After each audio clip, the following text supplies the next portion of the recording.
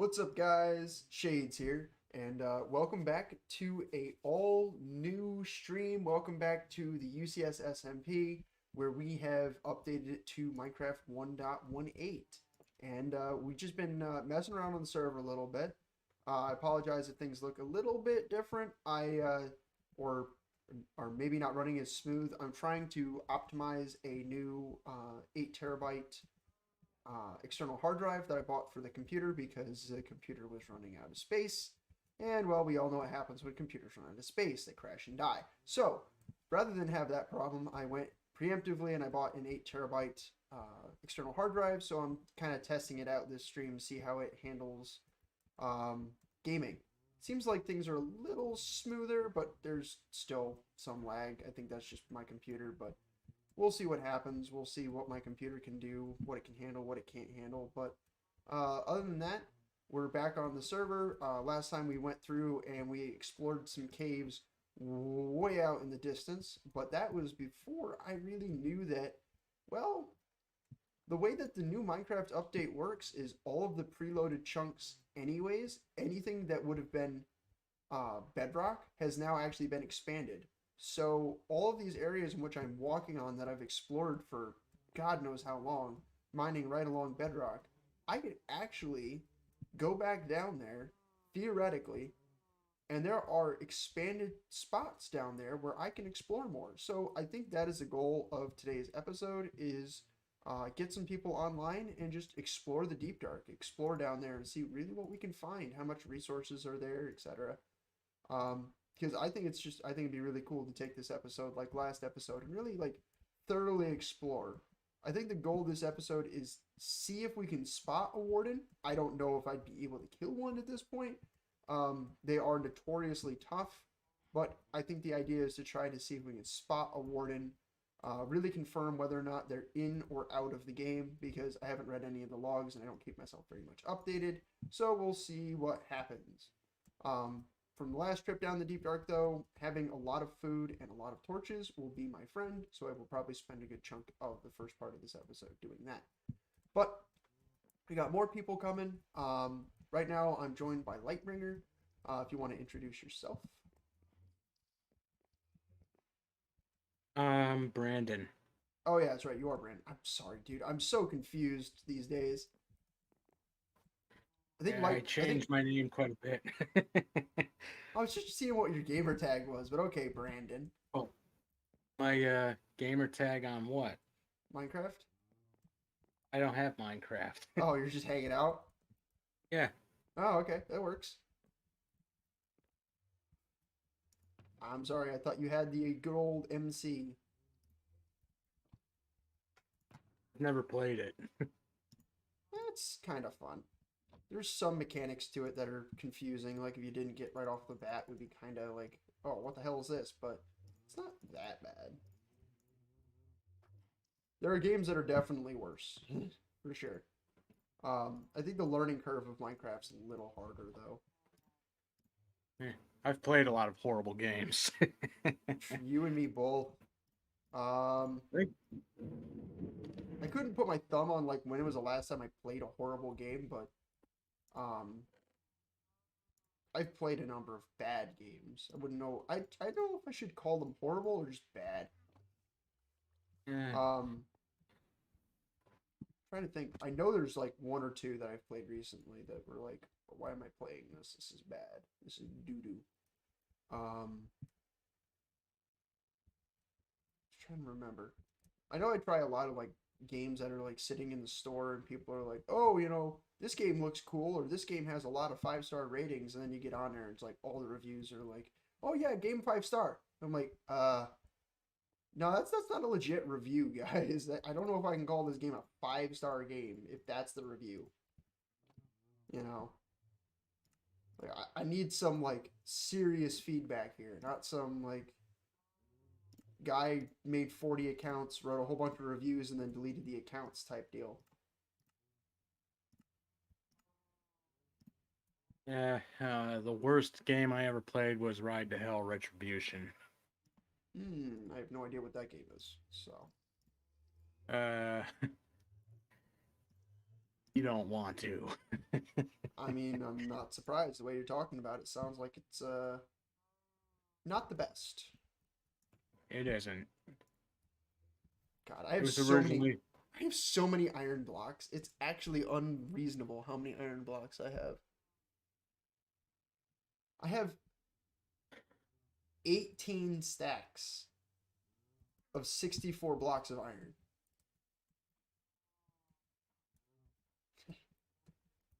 18 times 64. That's how many blocks of iron I've got. A lot. Go repair my tools really quick at my mob grinder, which is pretty cool. Pretty cool if I do say so myself. I finally put like a house extension on this stupid thing. Like if you're watching it from the stream, I finally put a house extension on this because sometimes I'll be sitting here at like night and mobs would just spawn around me. They'd harass me as I'm trying to like fix my gear. It's like, oh, sucks. So I finally built a house around it, or kind of like a enclosure around it, make my life a little easier.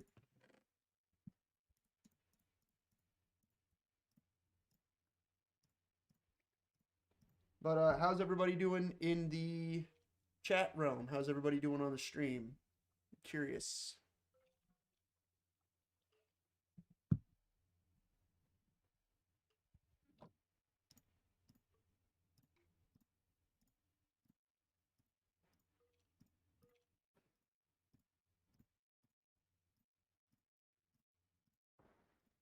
Oh, geez, you got the Matt audio problem.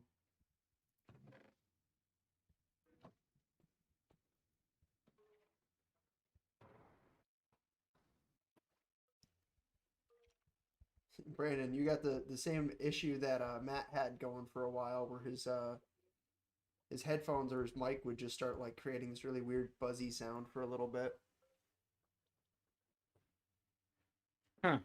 That's weird. Yeah, Matt solved it by buying a new set of headphones because he said his headphones were like 4 something years old. Yeah.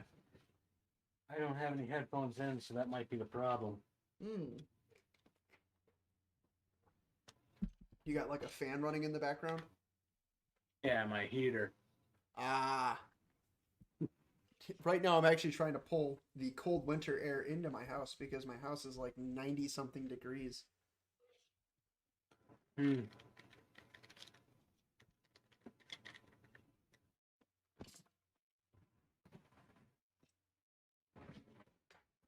Oh, geez. What is my computer doing? Don't drop the stream, damn it. I'd be really mad if you dropped the stream. What the fuck?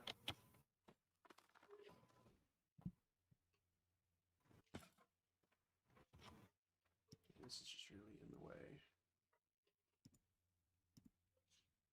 It kind of seems like I don't know what's going on with my my internet, but it's kind of like getting ditzy. That was weird.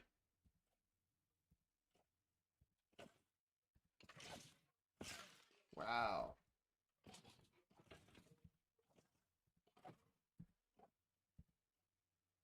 My hits are very much lagged. Holy shit.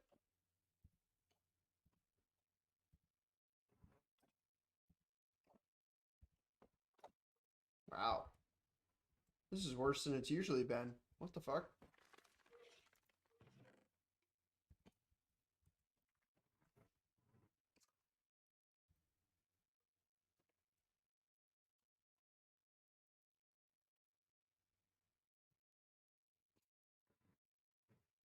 Or maybe it's just slower than I'm used to, but it feels like my computer is really running like sub-optimally at the moment.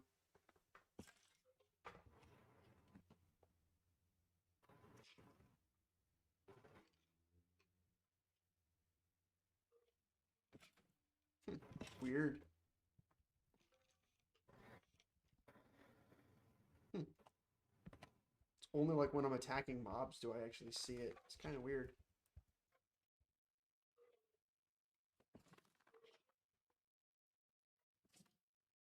Hmm.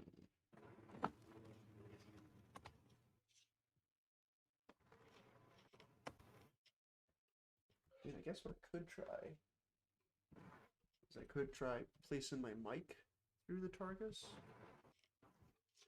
Yeah, I had to buy like an extension thing to put more I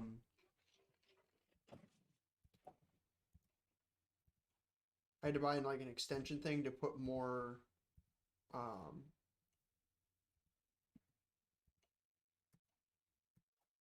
basically like USB ports into my laptop because I didn't have enough USB ports. Mhm. It's kind of annoying, but you know. Nice. All my gear is repaired.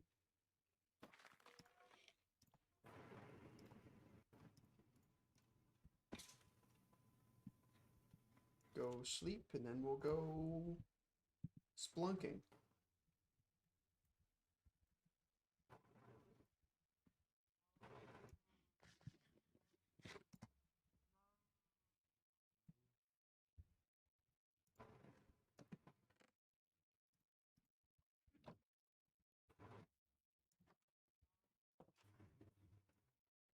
I've been exploring a lot of like the deep dark and stuff like that, and I haven't explored it a lot on this server, but I've done like some testing just in like creative mode to see what it looks like.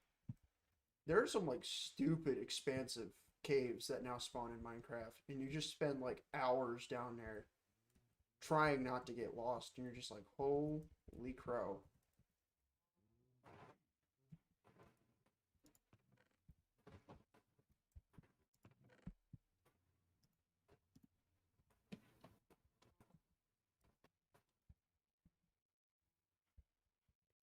So now I test out whether or not Minecraft's bottom out rule is different now. See if we can expand our staircase down into the depths of hell.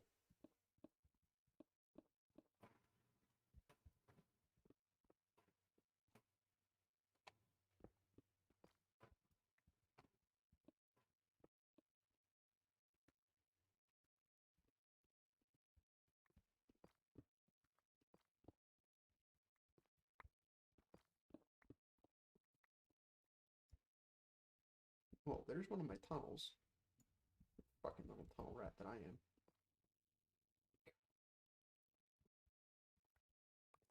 I'm so bad when it comes to Minecraft. I am so terrible. Wait, what am I using? I'm using my fortune pick, not the other pick. Dang it. Shouldn't be using I shouldn't be using that pick. I should be using this pick.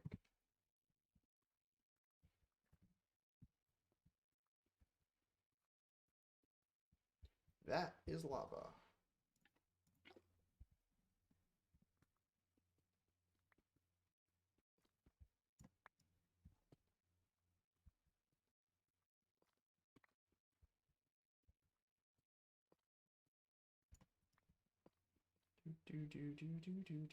Might be. I'd be really happy if this expanded into a deep dark. Let's light this sucker up so we don't have to deal with this later.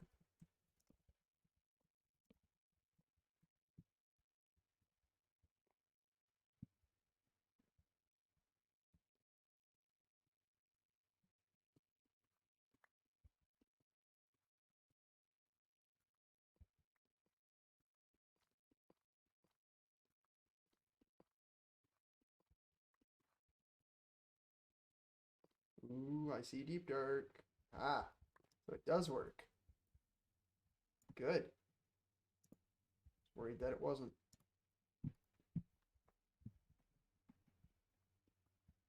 That is a water source. I don't know how that happened. But it's actually kind of frustrating. It's like right there.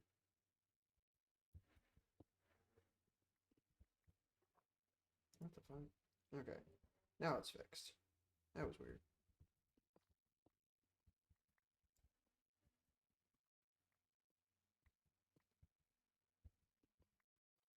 What the hell is with all this water? I don't fucking understand it.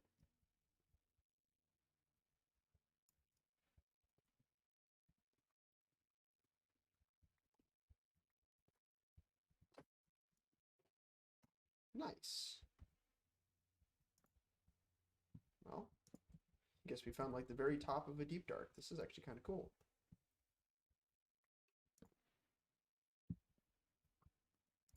You're bad. Nice. Found some diamonds already. That's a good sign.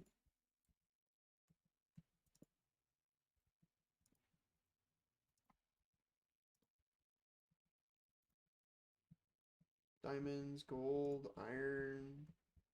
So far, been pretty good cave for us. Let's go ahead and grab resources. These blocks are pretty too, so I might just keep some of them. Actually build a project out of it.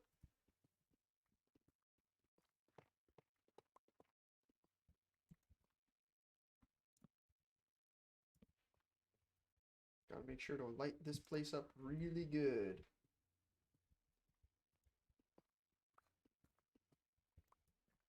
Don't miss any resources. Got these diamonds right here. Ah, there was more than one. I mean, two. Two's not great, but it's more diamonds than what we had, for sure.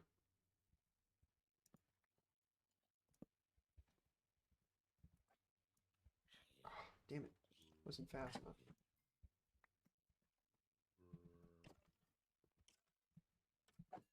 There we go. Well, I hear a lot of bad things through the wall. Or above me? I don't know. It sounds like they're above me. Whatever they are, they can follow me, so...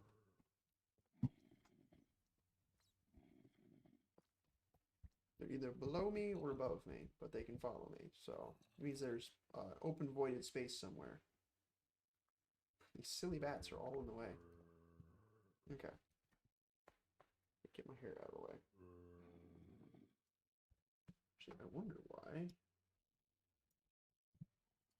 my face cam isn't working. Ah, there's my face cam. Back to the game. Do. Keep grabbing all the resources down here.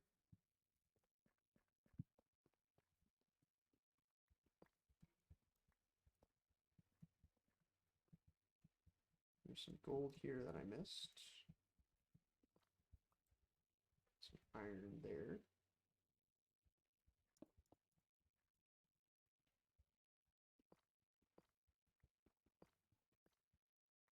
Nice.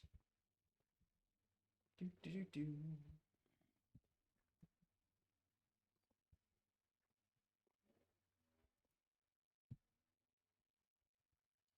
I mean, I guess what Y level am I at? Negative 25. So there's actually a lot more I can go down.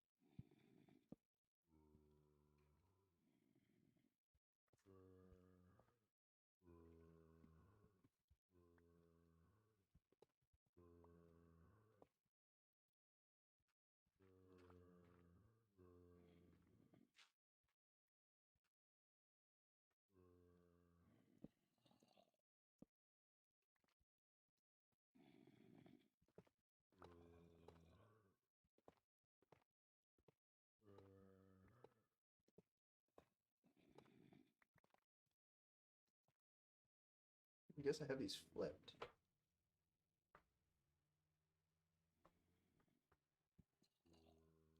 I have zombie drones on both sides of me. I wonder what happens if I just mine this way.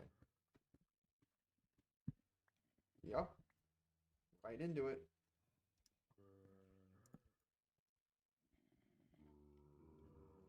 Okay. Let's build ourselves a way down.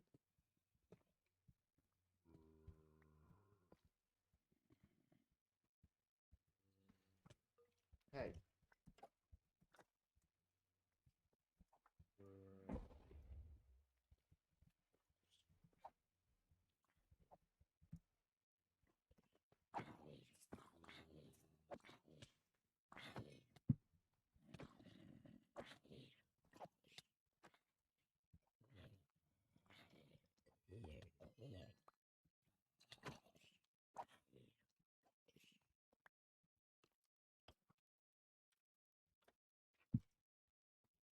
Alrighty, let's go ahead and fill in this with some light here.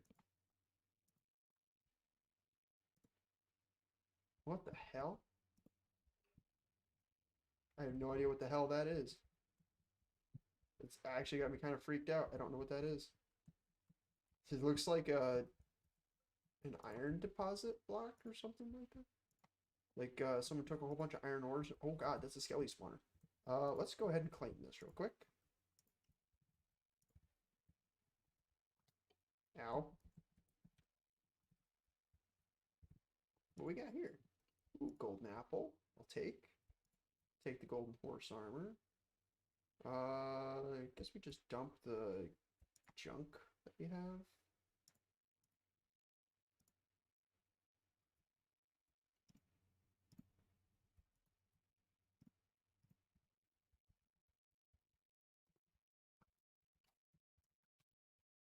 Ow.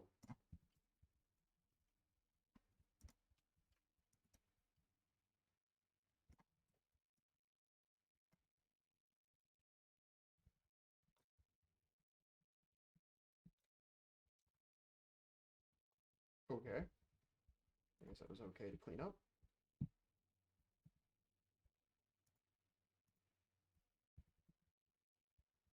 What else? Got some gold ingots. Don't need the bread or the name tag.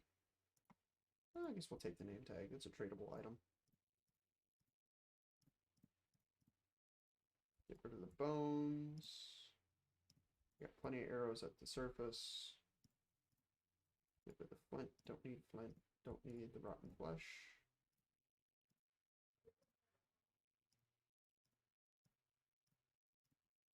Cool. Actually, I think I'm gonna consolidate this all to one chest so I can use the other chest as like a deposit. So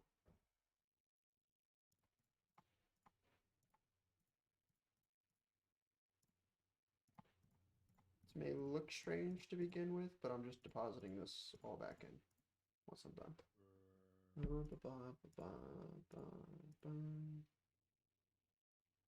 Done. Okay. And then we can deposit like building blocks and ores and stuff like that there. So we have that all saved in case we die. You know, we can come back for it. Alright, let's finish exploring this way because that was a bit of a fiasco, Master.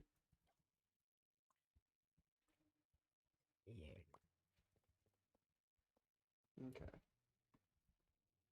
So that's kind of all taken care of. Let's do this here.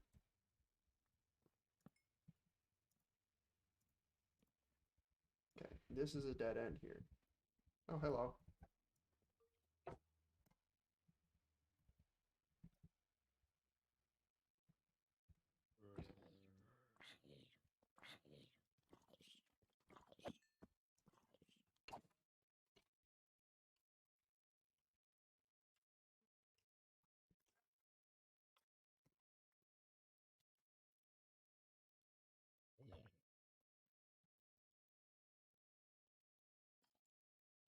These must be a zombie spawner that way or something. Ow. Not the only thing that's bad about lighting mobs on fire is they can light you back on fire.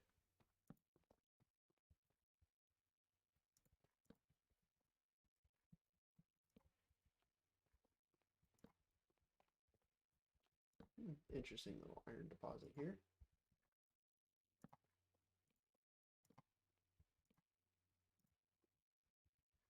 We'll stop with this lava for now. Use it as kind of like an impasse, block to mobs.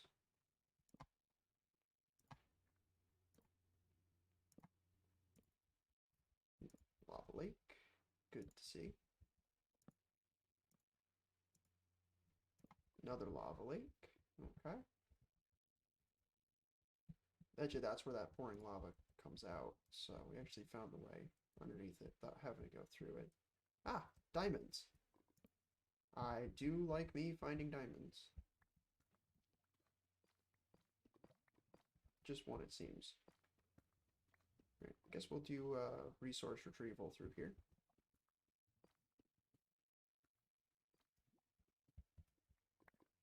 Okay.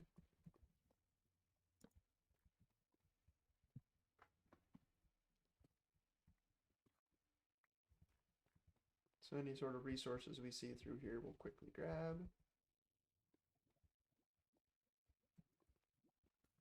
Was in desperate need of more redstone, so it's good. Trying to finish out a giant project without having the redstone is kind of hard, you know? Still there, Brandon? You haven't talked in a while. Yeah, I guess not. Guess he had to go. I'm still here. Oh, okay. He was just like, you were muted. I was like, oh, he's gone.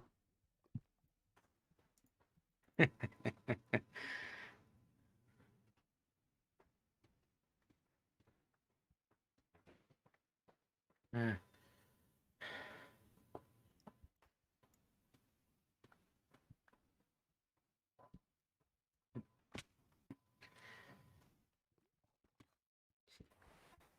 Well, if you were bored, you could watch what I'm doing via the stream. You'd be a little bit behind from my voice, but that's pretty much it.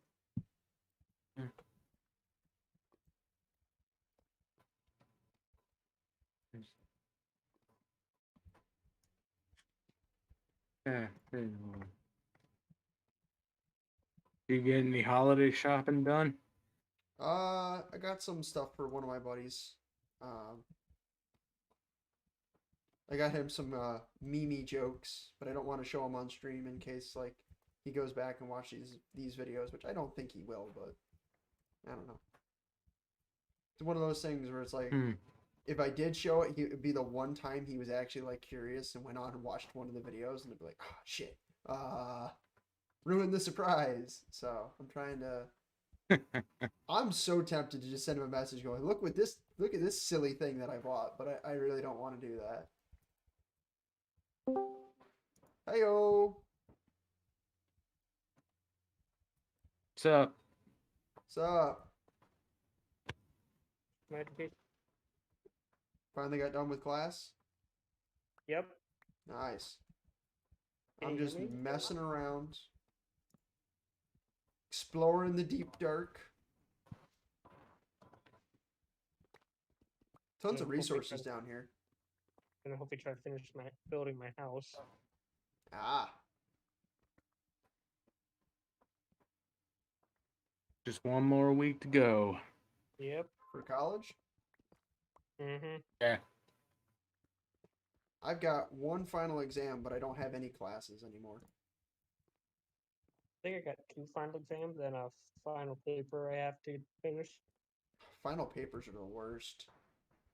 Yeah, especially when it's due today and I still have half of it to do. Oh, it's due today? Yeah. Well, what are you doing gaming then? Get that shit done. No, I already talked to the teacher today because I said because I met with them today and I said I had some questions about it. So they said basically as long as I get it in before like the 18th or something, I was good. Jeez. I can't believe you're taking like that kind of risk. I would not do that. I mean, I started the thing like Monday, so Mm. I'm still waiting on a midterm paper to be graded by one of my professors. It's literally the which end of the semester and they haven't graded it yet. It's like, oh my god, I don't know if I'm going to pass or fail because you won't grade this. wow, that's actually worked. That loaded in very easily. I asked Dan to do a reload of the server, so hopefully everything's working now. Feels like it. Well, we did a reload of the server one time and it just didn't work. So I've been kind of messing around with it a little bit, just like I guess what you would call it strength testing it, basically just seeing if the server's gonna fuck up.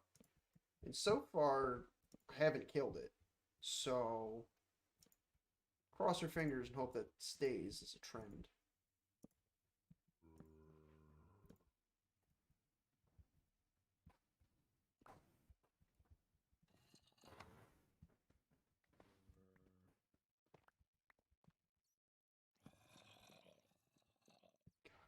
so many mobs down here, though. Like, if you don't have good gear, you're very likely to get swarmed and just die.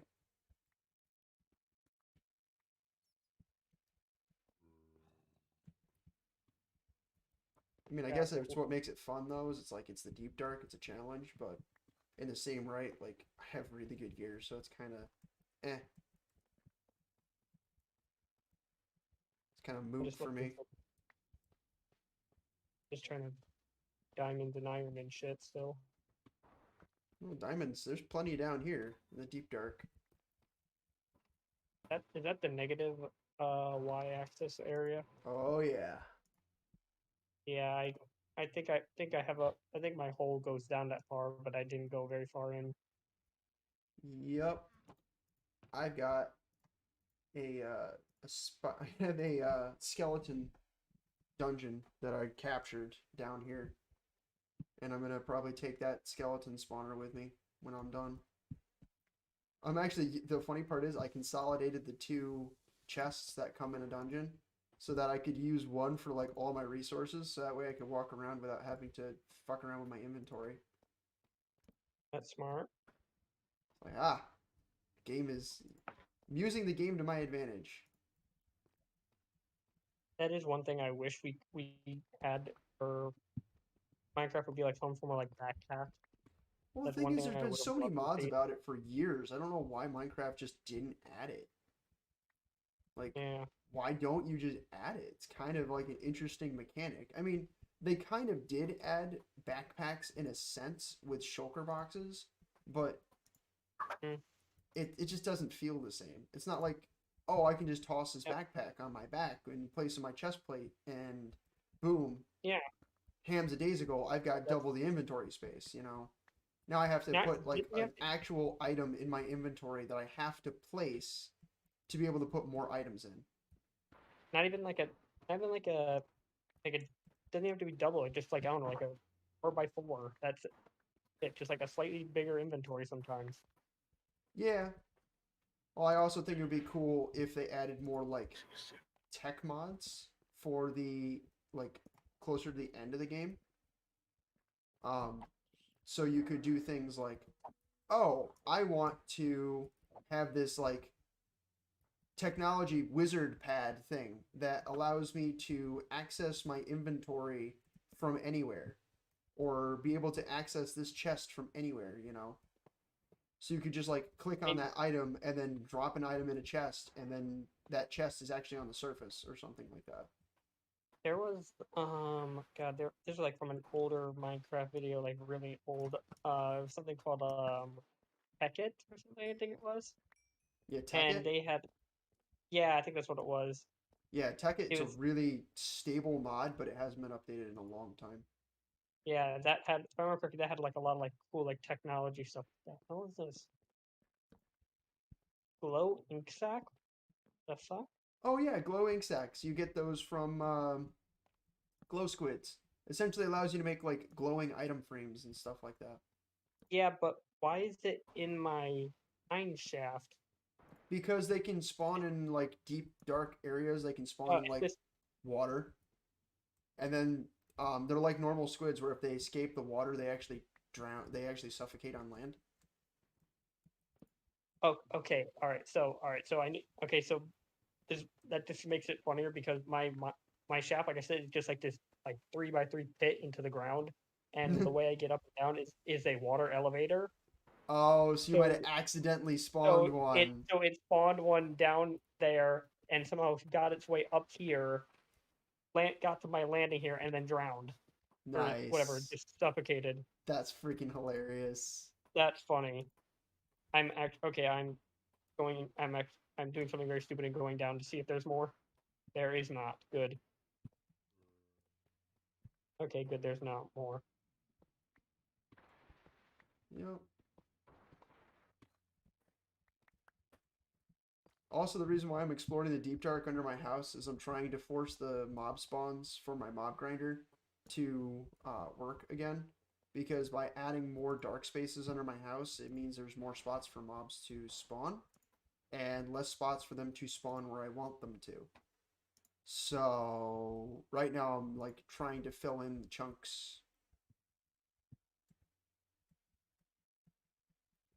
It's a Oh cheaty wait, way of so you're playing Minecraft, but essentially I'm manipulating where the mobs can actually spawn so that I have no, better that's not mob grinders. super shitty.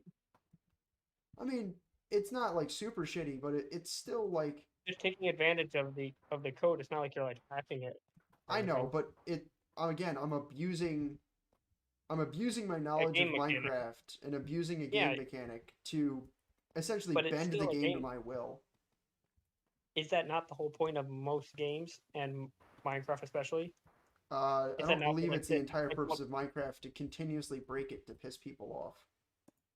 I mean, like, isn't that what you're doing with like your mob farms anyway? Um, I mean, I Just like make try them not. spawn so they can die, so you just get the resources. I mean, I guess, but I'm also not like trying to abuse those farms. I make abusive farms, but then just because I need the resources. So it's like I have an iron farm that I abuse, yes, but I don't abuse it to the extent where like I could build that farm to be way more abusive. Like nobody would ever need iron ever. It would be like flowing out of people's eardrums. But I didn't. I made it so it's like very good, but it's not like optimal. It's the same thing with building like a gold generator or something like that. I'm gonna not make it. I'm not making it like optimal, but I'm making it good enough where it's like okay, I don't even really need to go mine for gold.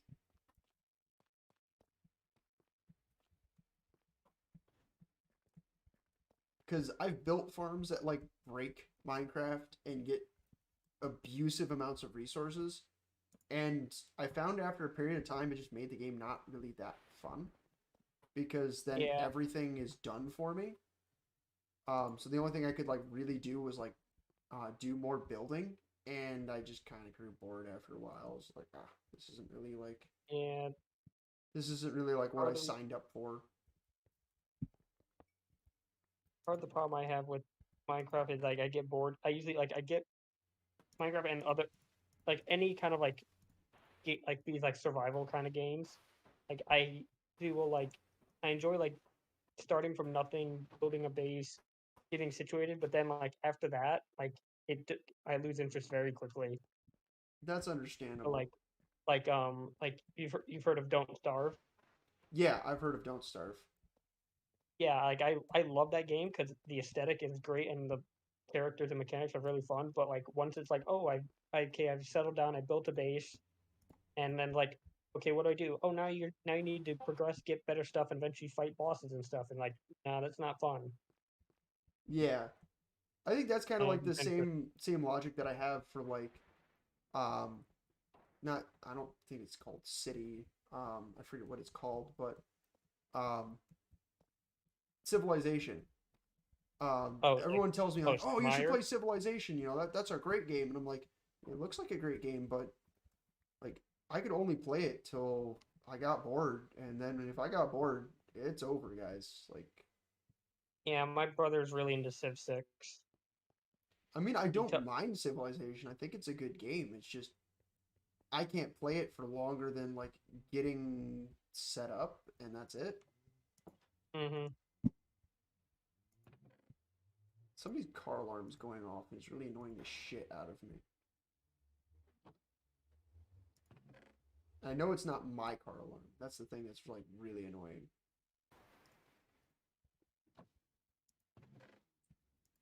So it's been going off for like I'd say right about now it's been going off for like 10, 15 minutes and no one's gone to fix it. It's like why?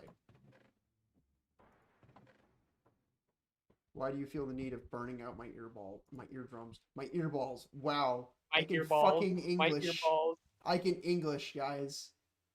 I English so goodly.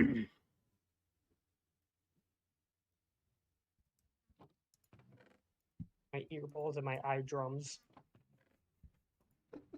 Oh, I'm gonna get picked on for all sorts of shit. Cat, get him.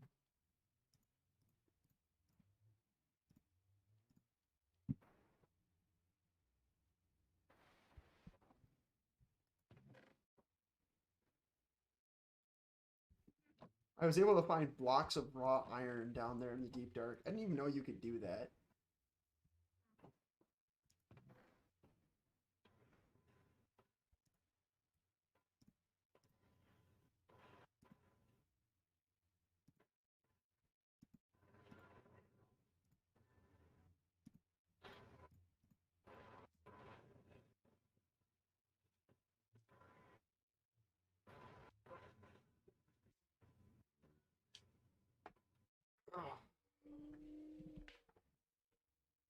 like tea. My body was like, you need to sneeze. And I was like, no, I don't need to sneeze. Yes, you do. No, you don't. And I just didn't end up sneezing. Uh-oh. I'm like in this frozen state where I have to sneeze, but my body just isn't sneezing. I just came back down to my mind and got 4 more ink sacs. Oh, jeez. You set up a suicide for glow squids. Suicide.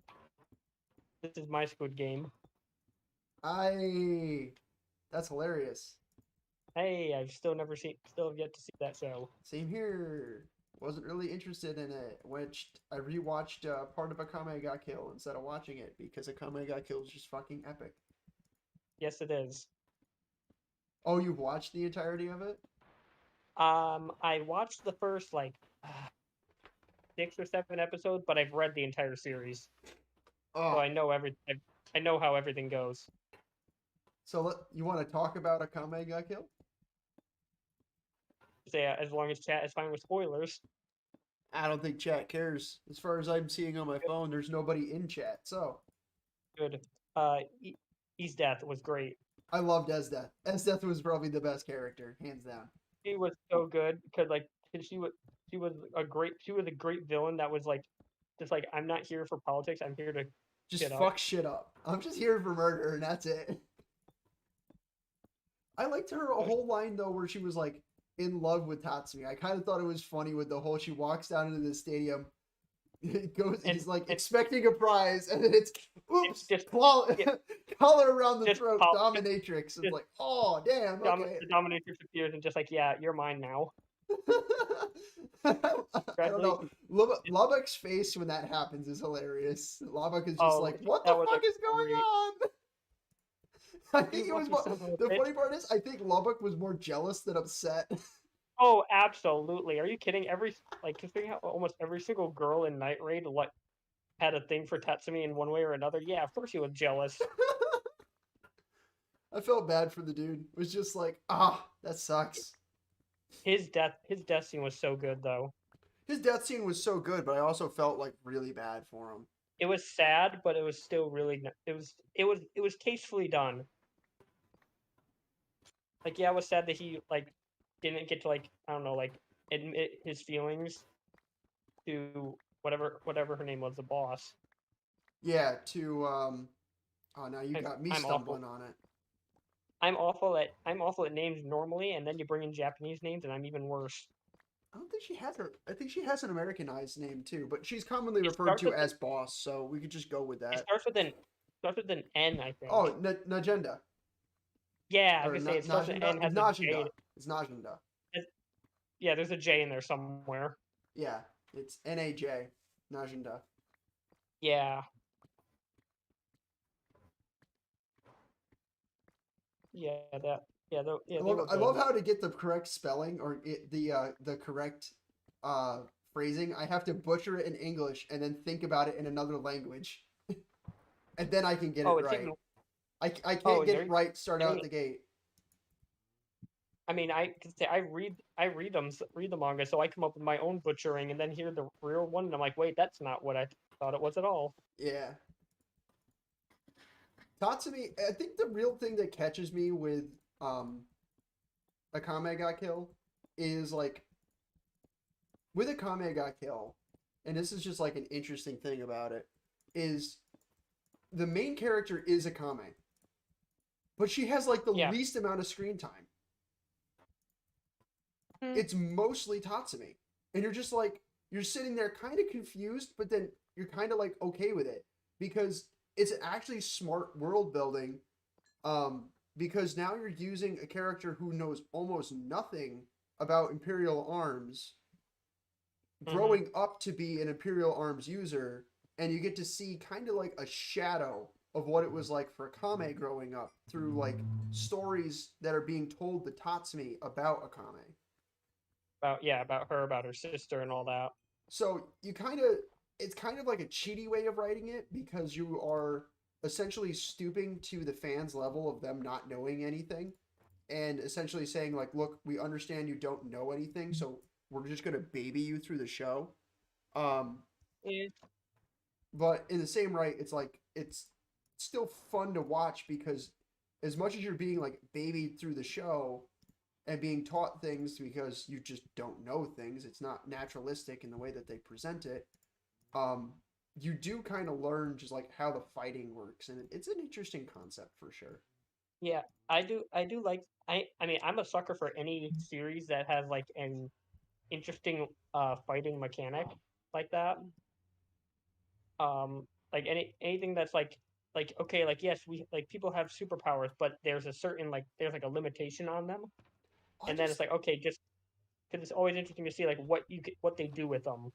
I mean, it's something that I was really impressed with is you kind of have like Tatsumi's like character growth as well as his actual strength growth, which is interesting to Hmm. see.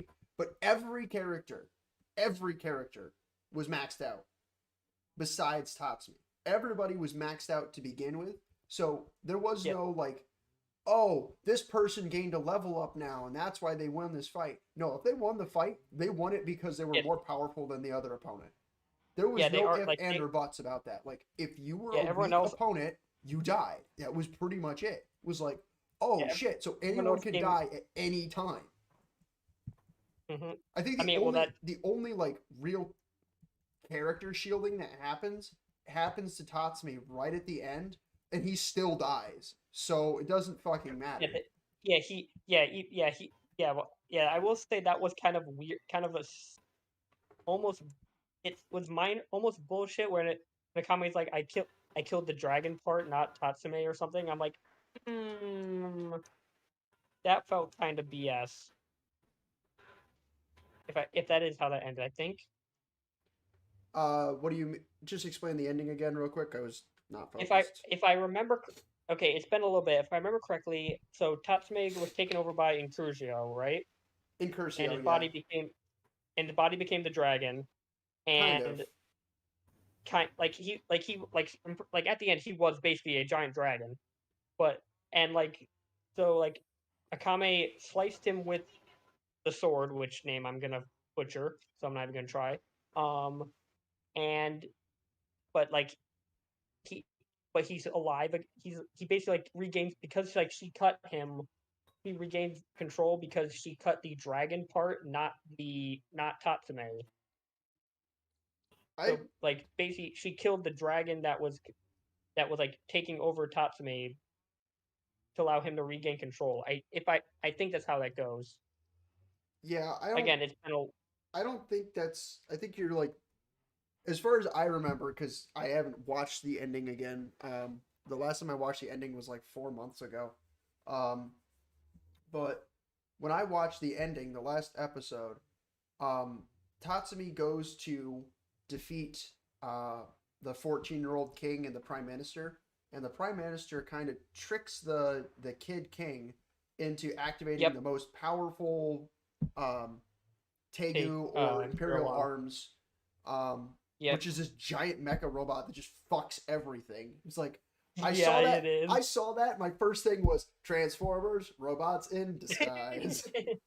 It's like, Mecha Godzilla. ah, damn it! I'm so pissed. But anyways, um, so then it was up to Tatsumi to defeat this mech, and he struggles a lot. Um, and he's trying to find this weak point in the machine, and he Hmm. can't find it. Then Wave jumps in and helps him, and he's actually able to find it. So him and Wave kind of combo for a little bit until they weaken the machine. Um, then Wave gets like seriously injured, if I remember correctly. Like he Fucked gets up. Yep. bitch slapped out of the sky. Yeah. Um, lands like miles away, somehow alive. Um, which happens to him a lot. It's kind of like the running joke with Wave, is he kind of like shows up and then he gets Yeah. Wave. backhanded. Yeah, I remember correctly. Yeah, Wave like gets his ass handed to him a lot. His first encounter with Which Tatsumi, he kicks the shit out of Tatsumi. Like his first encounter with Tatsumi, he was a boss, and then the rest of I the mean, show, he was just kind of a joke. to be fair, like his whole character is kind of a joke in and of itself because like he's basically just like he's literally just like another version of Tatsume. Because I mean, he's another kid from the country who has no clue about what's going on. He has almost the exact same kind of armor, kind of imperial arm. it's he's basically supposed to be like a mirror image of him. That's his entire character. He's like a mirror image of Tatsume. Well, no, Tatsumi basically he's a like mirror image of Tatsumi, but he's a mirror he's image of Tatsume. Tatsumi that it's like future Tatsumi, kind of staring back at him. You know, Yeah, it's like if because Tatsume, he's if Tatsume experienced with his Tegu and he can actually like whoop ass with it. yeah, like he's Tatsume if he didn't learn about the truth of the government and didn't join Night Raid, if he stayed with the Imperial Army and got a See, Imperial Arms that way, because that's I think because I think that's kind of different because I think of Wave as because I don't think of Tatsumi because Tatsumi I've always seen as like a self-righteous character. So if he had gotten into the Imperial Army and he saw how corrupt things were, he might have stayed in the Imperial Army, but he might have ended up like what General Livier happened to him because General Livier was not happy with the way the government was being run and outwardly spoke against it. And that got him almost killed. It got him sentenced to not being a general and saved by Ed's death. But I think the same situation would have happened with Tatsumi, except because he was a lower soldier, he would have been put into like the execution ranks, and then somehow through there, Esdeath would have met him because Esdeath's always been like, she seems to be that one person that like goes through death row and tries to offer people a second chance. And I think that would have been like Tatsumi because they would have had to fill in for General Livier because General Livier, I bet at that point would have been dead, as per the actual show. So I think there's a lot of throw up there whether or not Tatsumi would have actually been like similar to Wave if he had stayed in the Imperial Army. But the way that I view Wave is, well, the way I view Wave is, here is this character that has kind of been in the Imperial Army.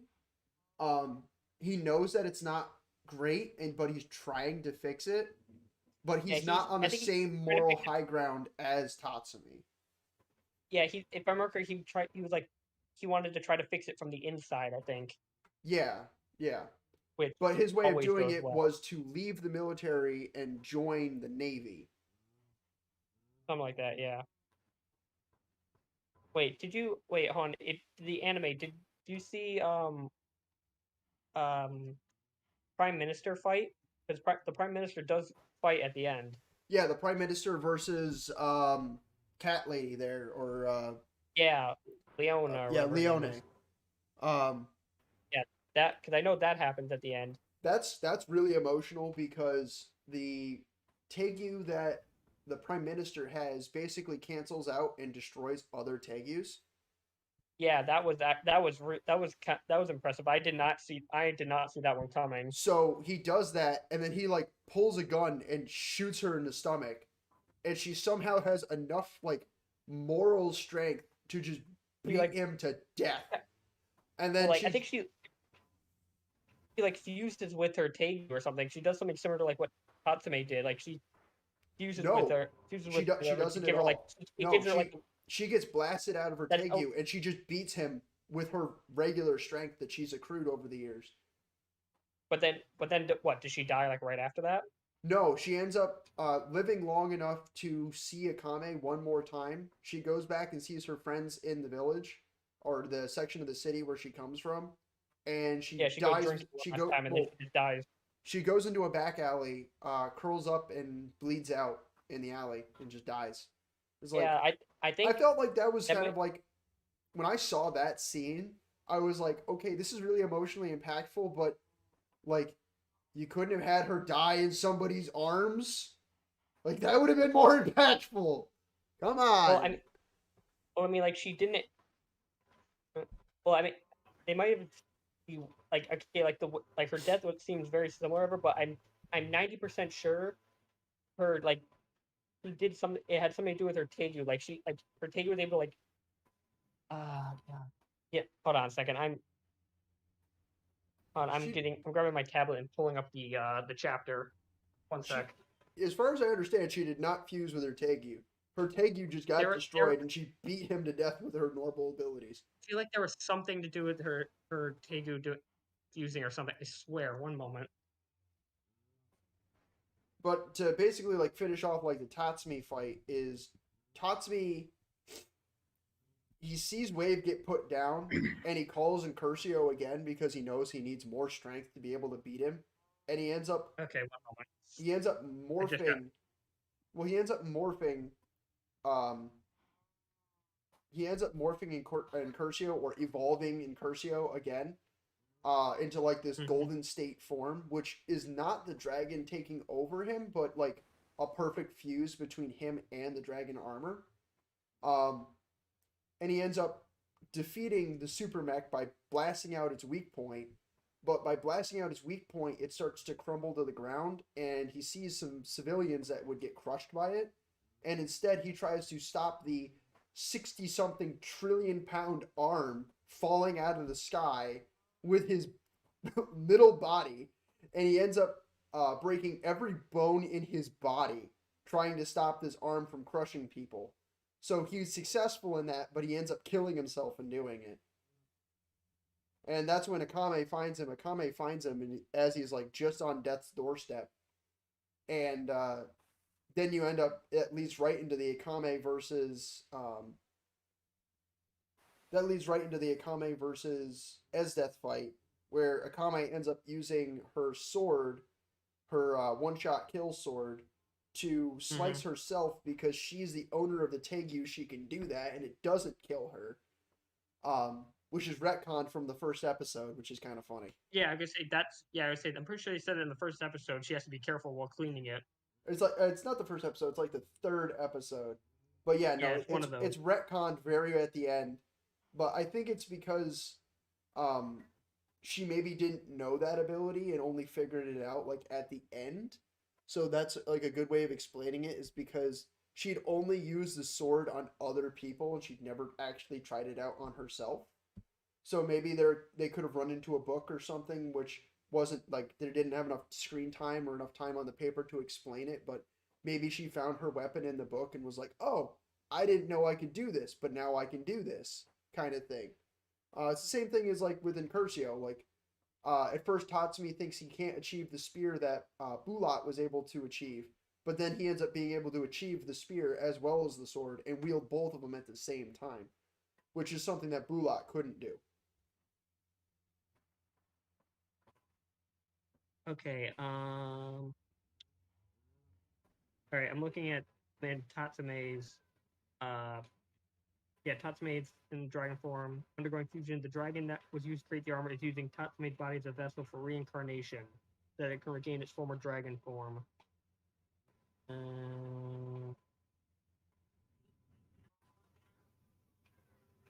Yeah.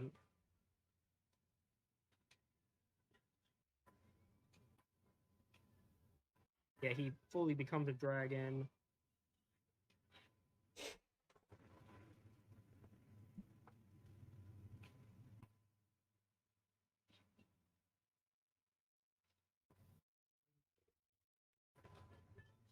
Hmm.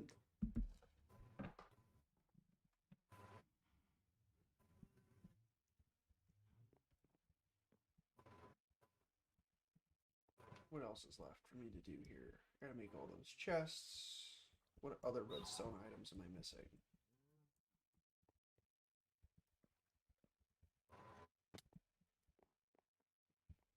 No, I gotta make all the torches. Might do that. Make torches. I gotta make all of the hoppers. That's something else that I gotta do is I gotta make all those hoppers. Right, gotta fix that corner eventually too.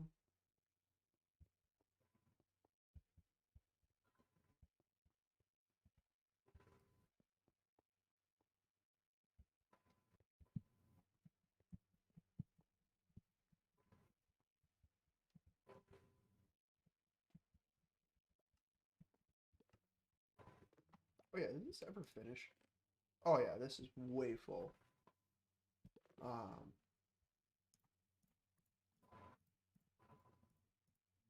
Take care of this real quick. That moment when you realize you've been like neglecting your farm for a while, so now you have to go back and fix it.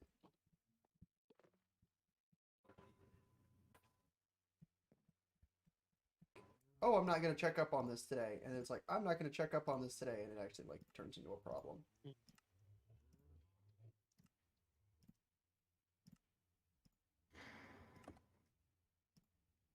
Yeah, it doesn't look like she cut herself with her sword. It looks like it was like a trump card thing. There, at Well, least yeah, this no, was she the ends up like translation. slicing her hand for the trump card. Because I know in the anime she does. I know in the anime she slices her Maybe. hand. I know she sliced Izda's arm off. That was impressive. Or like, Yeah, or well, cut that's her hand. after. Well, Well, that's after. That's Izda's cut her after. own arm off. Well, yeah, no, Esdeath cuts her own arm off. What I'm saying is, Yeah, it's because Esdeath realizes that she got hit by the curse. yeah, yeah, and she she froze time and then cut her own arm off. She didn't freeze time. She just did it fast enough where it didn't kill her. No, that's like her literal like her trump card was like she freezes. I know her time. trump card is freezing time, but she did not freeze time in response to her arm getting cut off, or in response to her cutting off her arm. She froze time to she like got cut by Akame. No, And she got cut by Akame, but didn't freeze time to cut her arm off. She just cut her arm off automatically. She didn't stop. She just cut her arm off. The only time that she tried to stop time is when she went to try to kill Akame.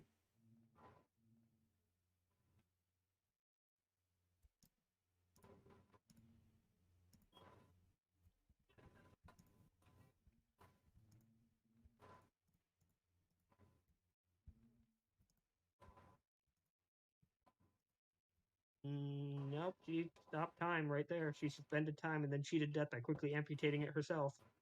No, they don't do that in the anime then, because I've Yeah. watched in the anime. She Manga just difference. did a quick slice and took her arm off.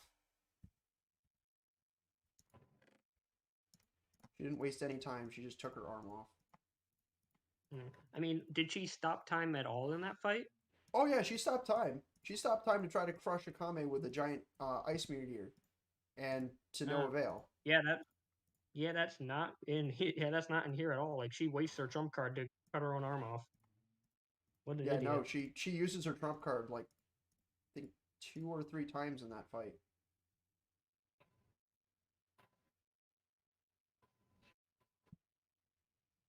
She tries to yeah, because she talks about how much of strain it puts on her body to use it. I know it's a bullshit cop out, but it's like it's still kind of relevant. And then she makes some golem out of ice so she can't get cut. What the hell? Yeah, it's kind of a weird fight. I mean, it's between two people who are extremely skilled fighters, so I understand why it's extremely skilled. Oh yeah, and then then they shatter the sword. as that's correct. No. Massive Moon, whatever its name is. The one shot kill. Like she catches it between her hands, and freezes it, and snaps it to pieces. Yeah, that doesn't happen in the.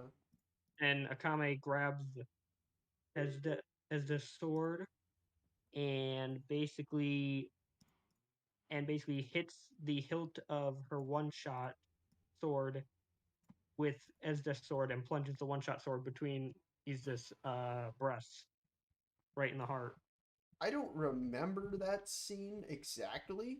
I think that's how that goes in the anime, but I'd have to rewatch it. I can screenshot it and send it to you. It's not gonna make a damn lick of sense to me unless I Yeah. actually like watched it. Yeah, or reread it, whatever.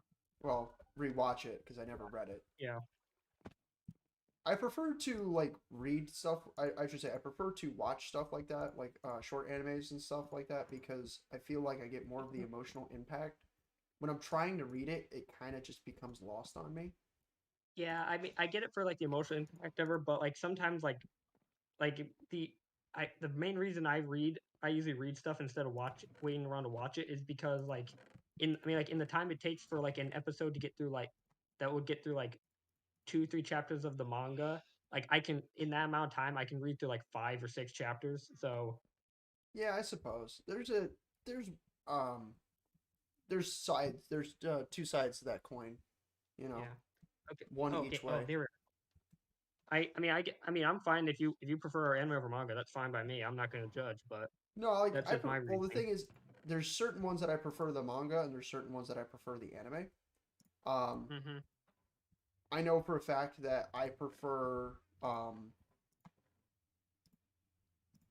I know for a fact that I prefer Attack on Titan um, as a comic, I should say as a manga, than I do to the anime. There are some things that the anime does better, but there are more things that the manga does better um, than the anime. Right. And I know that's a huge controversy because everybody wants to see Aaron as this 50 fucking kilometer tall, gigantic ass motherfucker of a Titan. But in the same right, I think the book does it more justice because you actually get like a sense of scale and just how fucking powerful he is. Like, I don't know if they'll be able to capture that in the anime of like just how powerful he is in that form. Right.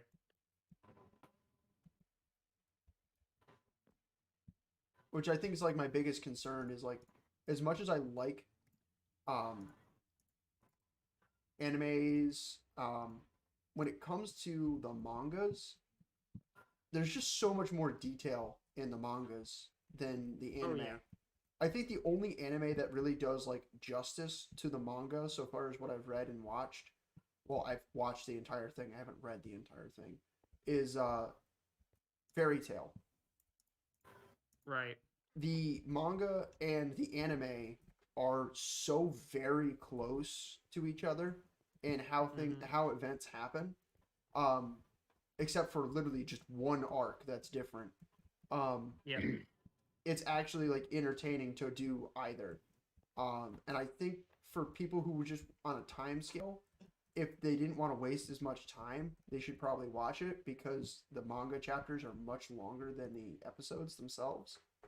But if they want to actually like take the time and thoroughly understand the characters, there's an argument to go the other way as well. Right. I will say from what I've seen so far, and I have not seen the entire anime because I don't have 20 years to spend watching it. But what I've seen of One Piece does a really good job. They have like anime only arcs or anime only arcs and whatnot ever, which I usually skip over. But from like the parts I've seen, and I started about like halfway through on the anime. It's very faithful to the manga. Yeah, I think Like that's there what isn't I like think. like There's like a lot of shows like that at the moment that are like very faithful to the manga, and I'm very appreciative to be able to watch them. It's like, oh, okay, this is I think actually fun. Like, you know, I think I mentioned it a couple weeks ago, but there's the show on I think it's Netflix um that they started called Komi Kate. Really nice, really good show. And like I've been watching it and I like started reading it and it is like identical. Every little bit from the uh, manga is which one are you included. trying to say? Komoi can't communicate, correct?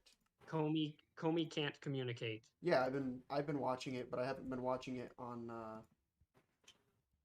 Oh, you I've have been watching it? Yeah, I've been watching it. It's actually Oh, good. it's so wholesome. It's like it's the only wholesome one. It's the only wholesome anime I've like ever watched, and I was just like, you It, know what? This is yo, actually like wholesome. This is like it I is appreciate so this. good. And It's like not and it's not like Your Lie in April where like you watch Your Lie in April and you're like, oh my god, what the you're fuck? and, I'm and you're just sad. crying. Yeah. Yeah, Like no. I won't watch Your Lie in April because I know how all the events go because I've gotten really good at this, but I've actually been able to like watch openers for animes and predict how they end. And I was able to predict the ending for Your Lie in April like a mile away. And I had one of my buddies watch it just to tell me like how it ends, and I was like, yeah, I guess that. And I'm glad I didn't watch that because I just couldn't handle it emotionally. Yeah. Yeah, no, but like I said, I would say stick with watching Komi the anime ever because you are not missing anything from the manga because it is like Well, it's a identical. short manga too. It's not Well, really yeah, long. So well, they yeah, have like they have chapter time to be able chapter to. wise, it's not long. It's like some chapters are only like 4 or 5 pages ever, but like there's like over almost 200 chapters now. I think how many chapters? There's Right, a but they're lot. doing like 4 or 5 chapters in an episode. You know. Yeah, they're doing because like I said, the chapters are pretty short. Yeah. So it's But not like it's it's novelistic but it's trying to read it. but it's also but they're not skipping on any like they're not skipping on any extras or anything. Like everything is included, which I love. Well, the whole thing is, and the reason why they can't skip over anything is it is literally Komoi's journey into being someone who can kind of communicate. She's not, Kinda. she never gets perfect, but she No, gets it better, gets better. over time. Oh, and let me tell you, there's 333 chapters currently, and I've read up to 321, and let me tell you, she does get much better. Yeah. The entire growth is very very good. Yeah. I can't wait to. I'm.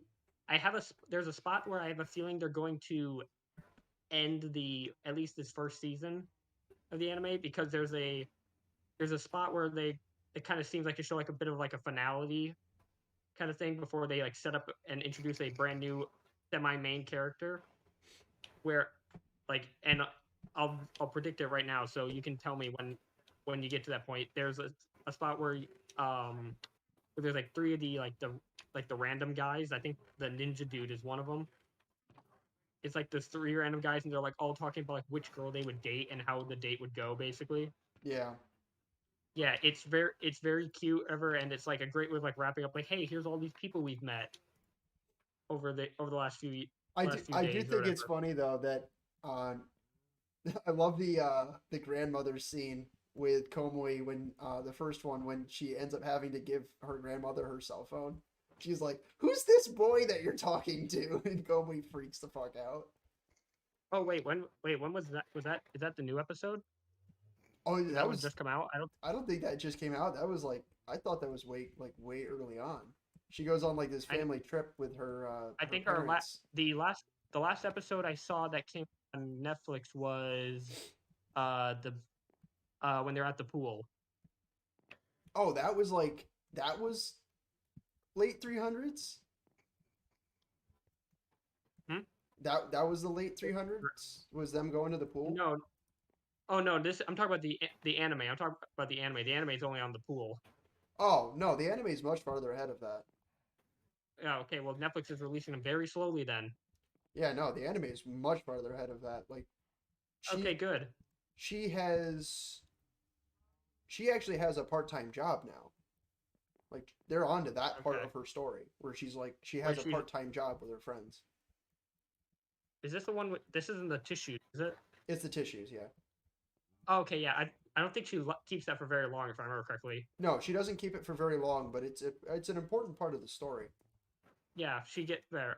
Yeah, at the what I forget his name. It's he was supposed to be he's supposed to look like a delinquent kid, Yeah. but he's not. Yeah, have you met him? I believe so. I think his name is like Kate or something. Yeah, I don't know. I think I have to I'm go guessing. through and actually I really want to go through and rewatch it from the beginning because I know I'm a little confused. Um, Yeah, there are some parts that I missed because like I'd be like studying and having it on in the background and then I'd miss something. yeah, So I want to watch it with like my full attention and be like, "Oh, this is a really cool show." So, yeah, you know. yeah. Because I think because I love the delinquent character because like he's also got like a communication disorder as well because and like everything I mean his whole thing is about everyone just misunderstands him and thinks he's a punk when he's just kind of like trying to make friends. Yeah. No, I Yeah, which completely understand that. I'm actually going through and changing the title of the stream or trying to change the title of the stream. no If longer my Minecraft. computer We're would just load. talking about anime and shit. Yeah,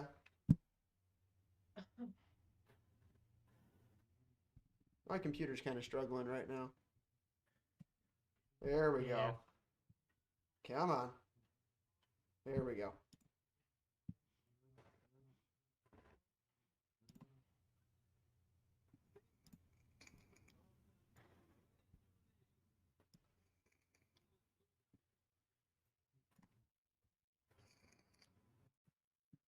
Is somebody like snorting something in the background there? Because it sounds like it. No, it's vape. Ah, that's what it is. I thought I heard that too. I updated the title of the stream. Now it's talking about anime and playing 1.18 Minecraft UCS SMP Season 2. There you go. Gotta love that freaking anime, man. I don't know. What are some other animes that you've watched? Me lately. I've been watching the original version of Yu-Gi-Oh. Ooh, I like the original version of Yu-Gi-Oh. Spicy. Eh. Definitely spicy.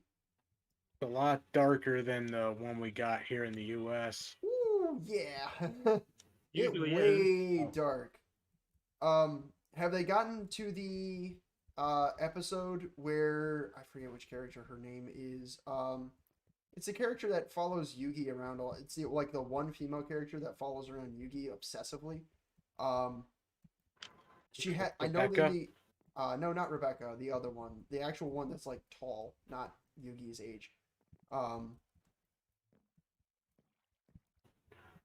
She's the one who like is teaching Joey, like not teaching Joey how to duel, but is like one of the characters that duels him a lot.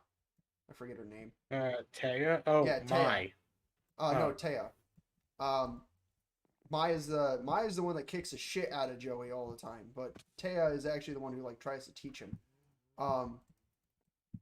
No, there's an episode in the original series, or I think it's either the original series or the series right after it, where Taya gets actually caught up in the golden sarcophagus card and almost commits suicide. It's a super dark episode that I know the English cut out, but I was like, I know that episode exists because I remember watching it on 4Kids like 4 or 5 years ago. Kids had it? Yeah, 4Kids had it. Had it. Yeah, 4Kids had the complete uncut series. They ran it once. The same 4Kids that had to censor Sanji's cigar to be a lollipop. Yep. That was the dumbest thing. Yep. They let that go through. Wow. Yep, because at that point there was a suicide prevention hotline ad going through, and they were like trying to advertise that ad. It's like, if you have these problems, if you call suffer somebody.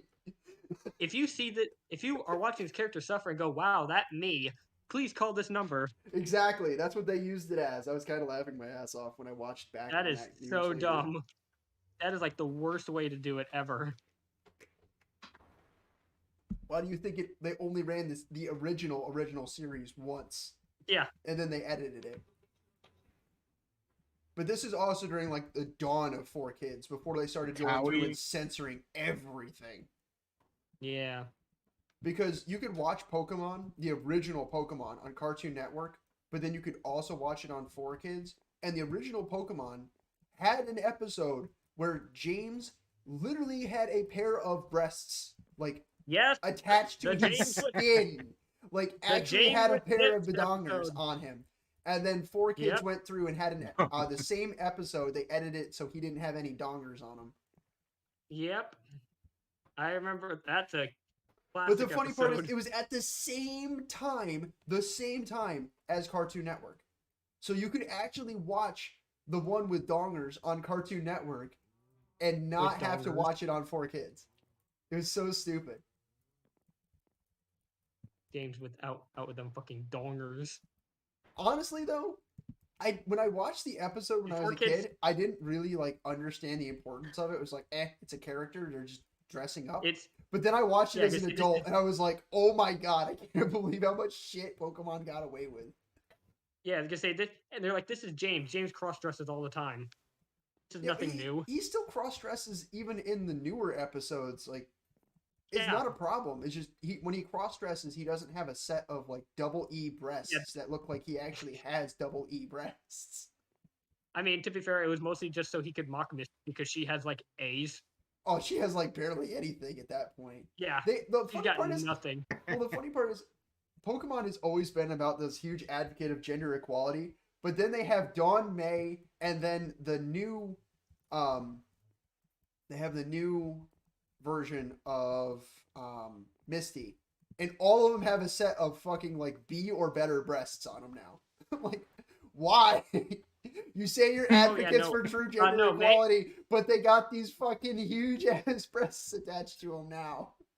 May, I'm pretty sure always had at least like B or above. Yeah, May Even from was the very always beginning. big, but now she's like bigger. Like Well, all the characters got a breast they got- implant or something. Yeah, that's just because the animators got horny. So Well, I think it's because in the newer ages, people don't really care. Like you got all these people who are they calling out like it's not even just the feminists, it's everybody and their brother going, I don't like this character having a huge set of boobs, but here's the thing. Huge boobs sell shows, and most kids shows have characters that have huge breasts. And it's not for the adults, it's for the kids. And the kids don't even fucking know it. It's for the adults too. The adults need something to look at. They need something to watch while the kid watches the show for the umpteenth millionth time. Yeah, that's true.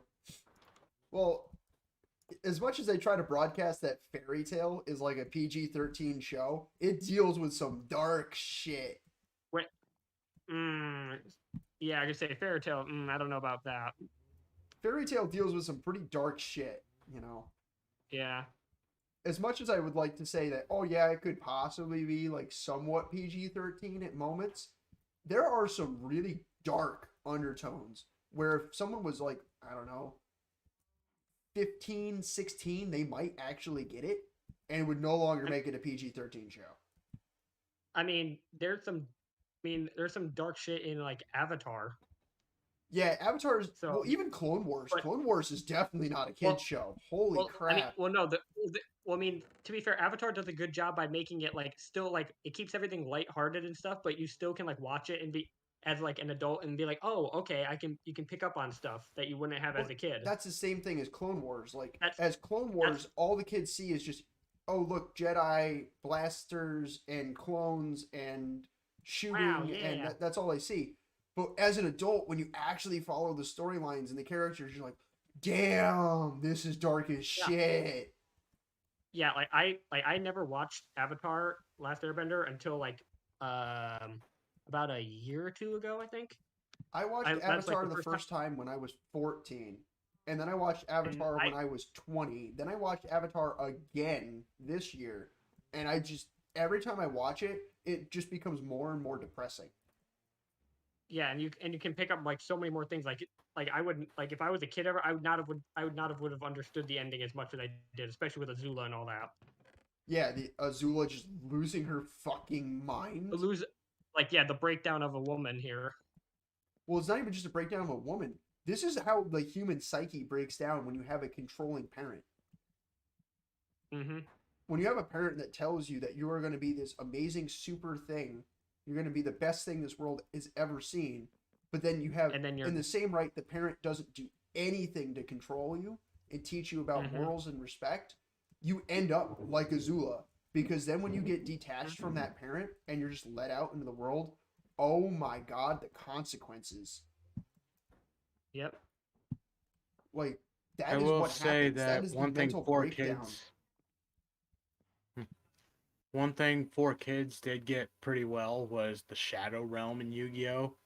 Because what's worse than death is being tortured for the rest of eternity. Yes, that is true. That's the one time the Western version was actually darker than the Japanese version.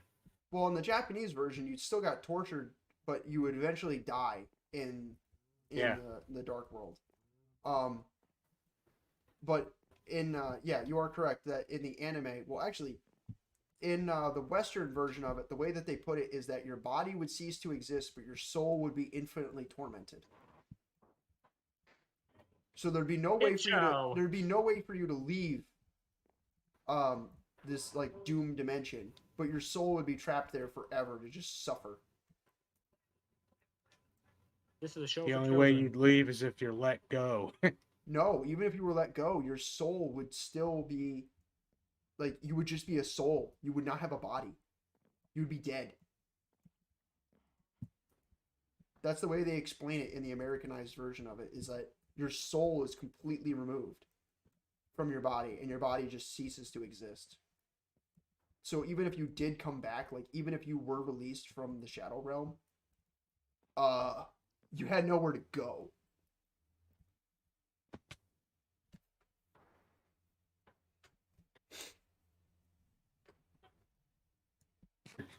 So when should I I've been mention that playing I've the never? Vice City Definitive Edition. When should you mention When's a what? good time for me to mention that I've never seen or been in Yu-Gi-Oh at all? That doesn't surprise me. A lot of I people would. have not I watched the original Yu-Gi-Oh. no, like I never watched any Yu-Gi-Oh. I never was into the card game at anything. With Pokemon all the way. See, with me, I played Yu-Gi-Oh and watched Yu-Gi-Oh for a little bit. Then I got really confused about some ruling changes right about the time of 5Ds, and I just kind of gave up on it. Was like, yeah, nah, it's not worth my time. Um, and then Zexal came out, and I was like, oh, you know what? This is actually kind of cool. I watched the anime, and I felt like, okay, these cards are interesting. I guess I'll get back into it. Um, I got into it. I fell in love with Kite as a character. And I actually have a version of his deck built because it's Kaiba? just like no Kite, Oh, not the original series. We're talking like Zexal. This is oh, series 5 or 6 or something like that. Because you have the my original favorite. Duel Monsters, then you have GX, which was 2 seasons. So you have Duel Monsters, which was 2, GX, which was 2, 5Ds, which was 3. Um, then No, you you had have the original Towie, then you had Dual Monsters, then you had GX.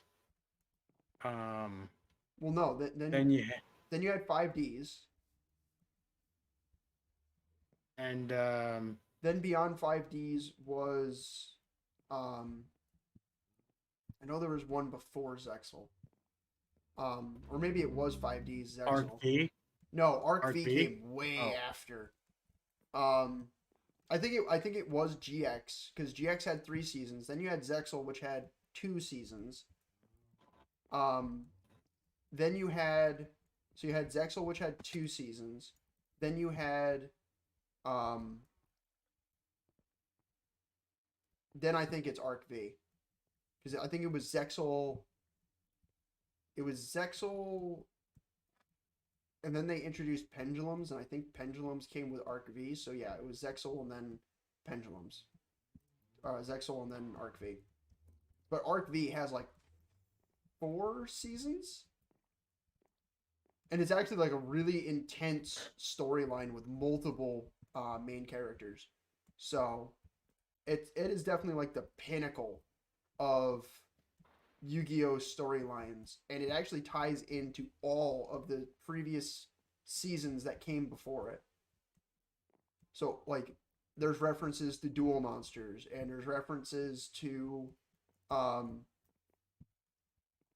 there's references to a lot of the like they call it the previous 4 universes, but in reality they're all in the same timeline, just of different ways of dueling. It gets really like timey-wimey confusing, so unless I actually like spoiled the whole thing, then it's confusing to like talk about because you end up talking in circles. But if you don't mind spoilers, I could go through and talk like the whole thing out. It's a really intense storyline though.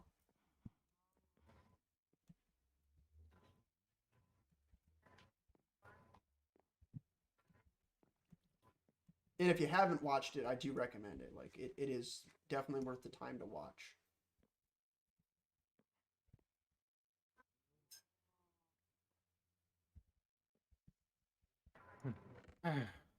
I only watched Dual Monsters and Towie, the first two Yu-Gi-Ohs. Mm, that's Towie was a understandable though. lot darker than Dual Monsters. Yeah, I do agree. But I like I thought it was cool though. I like Duel Monsters storyline a little bit better though. Yeah. The fourth season of Duel Monsters was not from the manga. Right, I know The that. manga goes from Battle City straight to the ceremonial duel. Yeah.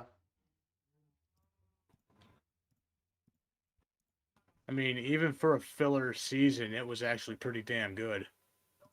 Yeah, there were some aspects of it that were good. There were some aspects of it that needed work.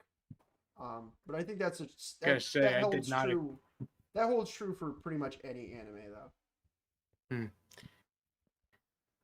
I did not. I gotta say, it did give us an unexpected turn of events when Pharaoh lost. I don't think that was that really big of a turn of events that Pharaoh lost. I mean, it Um, is a character development thing for him. He well, I had to figured he deal had with a to lose at loss. some point because he was just on this super winning streak.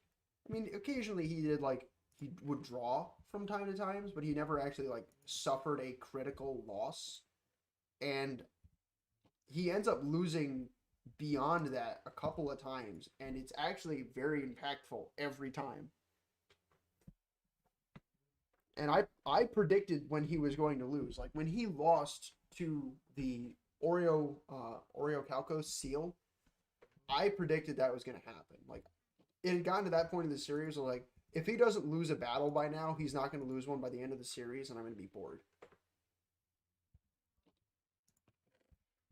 I have to say though, Dan Green did a great job, made with doing the with making it sound so um emotional.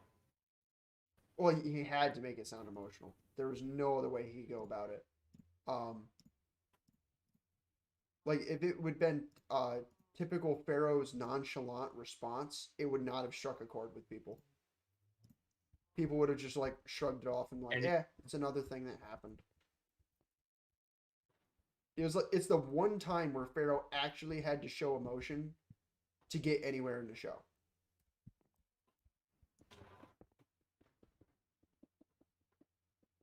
that was basically one of the final steps of him uh becoming mature. Um, I don't think that Pharaoh ever struggled with maturity. I think that was Yami Yugi, or Yugi, I should say. Um, he struggled with the whole maturity thing, and it wasn't until he had basically committed a self-sacrifice that he understood the real danger that Duel Monsters poses. So I think that's just a differing opinion, but that was the moment where I thought that Yugi best understood why he had to make that sacrifice. So although it hurt Pharaoh and it was character development for Pharaoh, it was more important to Yugi to have done that than it was for Pharaoh. Yeah, it was character development for the both of them. I don't know if it was so much character development for the both of them because again, Pharaoh had lived in a time period where he was used to this sacrifice stuff going on. So my logic to that is Pharaoh was not disturbed by this in any way, shape, or form. I think he was more hurt because he had lost a dear friend of his at that point. He had become friends with Yuki. So it more hurt him on the friendship basis than anything else. But I don't think it was actually impactful to him as much as it was impactful to Yuki.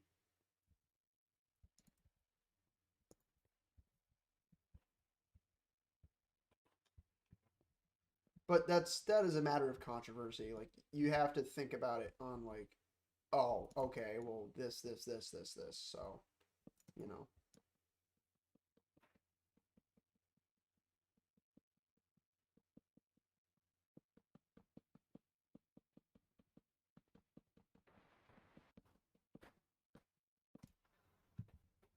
But you can sit here and debate it or argue it for decades now. You never get Yeah, anywhere with it.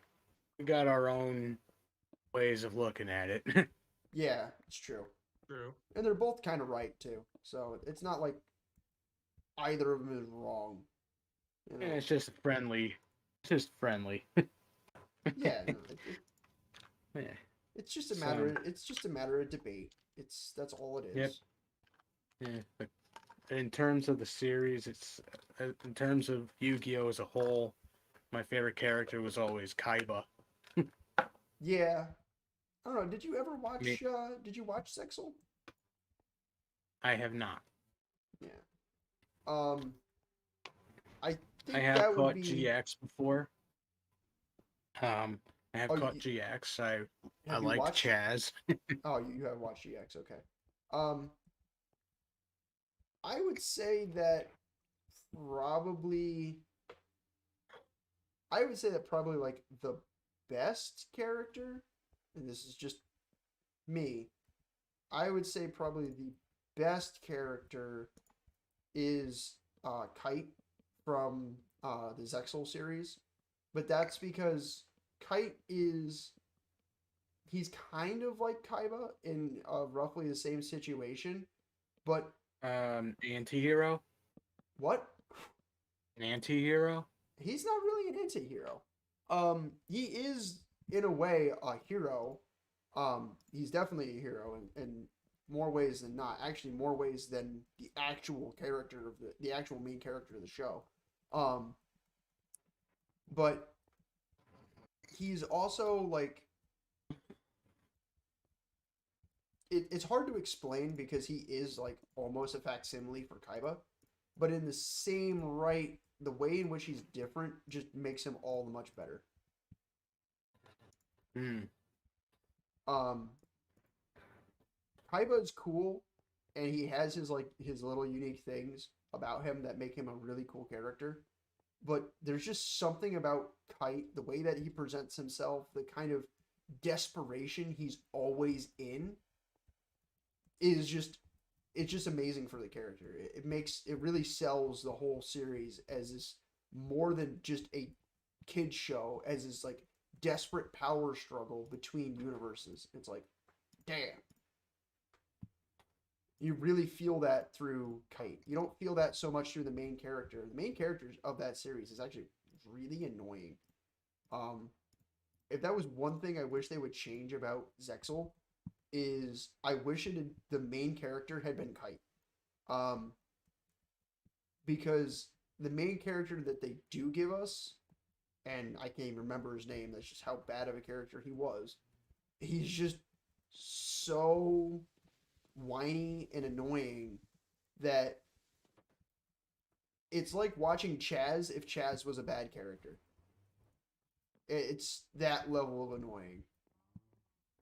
But like on a whiny 12-year-old character.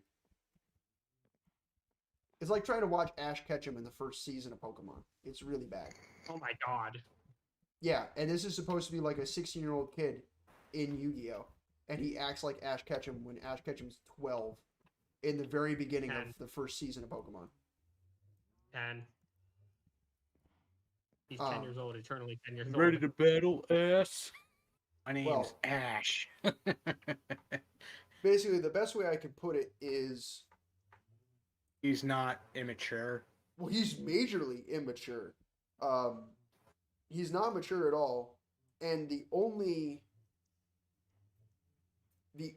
character like the thing that's really pissy about that character is he has a side helper essentially like Yami Yugi does, like this spirit inside his head.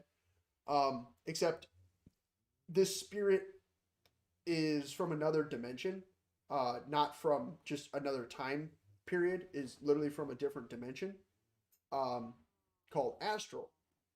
And Astral is this master of duel monsters. Super smart, makes all the right plays all the time.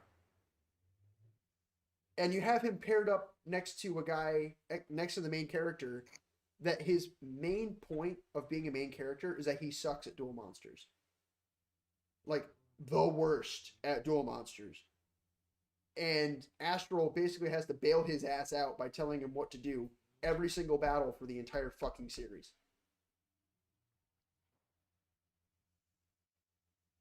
It sucks. It's painful to watch. The only thing that is good about that series is two characters, Shark and Kite, because they're the only two characters that actually go through character development, and the only two characters that have emotional impact on the whole story.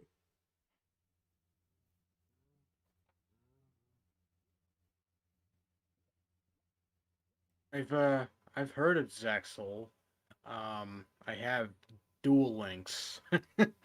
That was one of the recent additions to it Well, Duel Links has Arc V added to it now. as well. Yeah. My favorite that was added was Dark Side of Dimensions. Dark Side Dimensions is interesting, but the reason why I don't really like Dark Side Dimensions is it basically just made Blue Eyes broken. Dark Side Dimensions didn't really introduce any other card archetypes or variety of cards to make other original Duel Monsters decks good. Um, it was its sole purpose was to make Blue Eyes ultra uber competitive, and I wasn't a fan of that. I wasn't really there for that. That's kind of, as somebody who's played the physical card game and had to have dealt with Blue Eyes decks over the period of many years, as they evolve and just get better and better, and they never seem to actually get a ban that hurts them. The deck has just gotten to the point, even on Duel Monsters, or I should say on Duel Links and in the paper, where yes, there are other meta decks that'll beat it, but it has been like Black Wings, where it is super consistent and always a viable deck. Yeah. The card game has changed so much in the last 20 years that even I don't even recognize it that much anymore. Well, the deck right now that's running amok is Phantom Knights. Phantom Knights right now is just untouchable. Oh my god. Mm. And I don't even know why. Because a couple months ago, Phantom Knights was nothing. Phantom Knights couldn't do jack shit. And now Phantom Knights is like top of the meta. Most of people are playing Phantom Knights decks, and you're like, ah, where did the shift happen? Why did this happen? But there's even talks that Yu-Gi-Oh is going to make a whole new format for people to play in too. Like they've already got two different ban lists for two different ways to play Yu-Gi-Oh, and now they want to add in a third way of playing Yu-Gi-Oh. It's silly.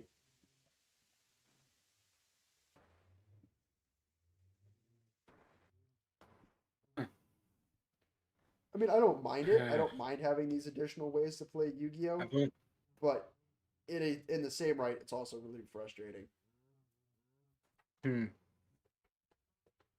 My big card game that I'm always interested in is Magic, but lately I've been on the downslope with Magic because the thing I liked about Magic is that you would get stuff, you would get like a brand new set every like 3 months, which is also why I didn't really like Yu-Gi-Oh. Is Yu-Gi-Oh felt like they were just pumping out cards to fill people's needs so that people would constantly buy cards.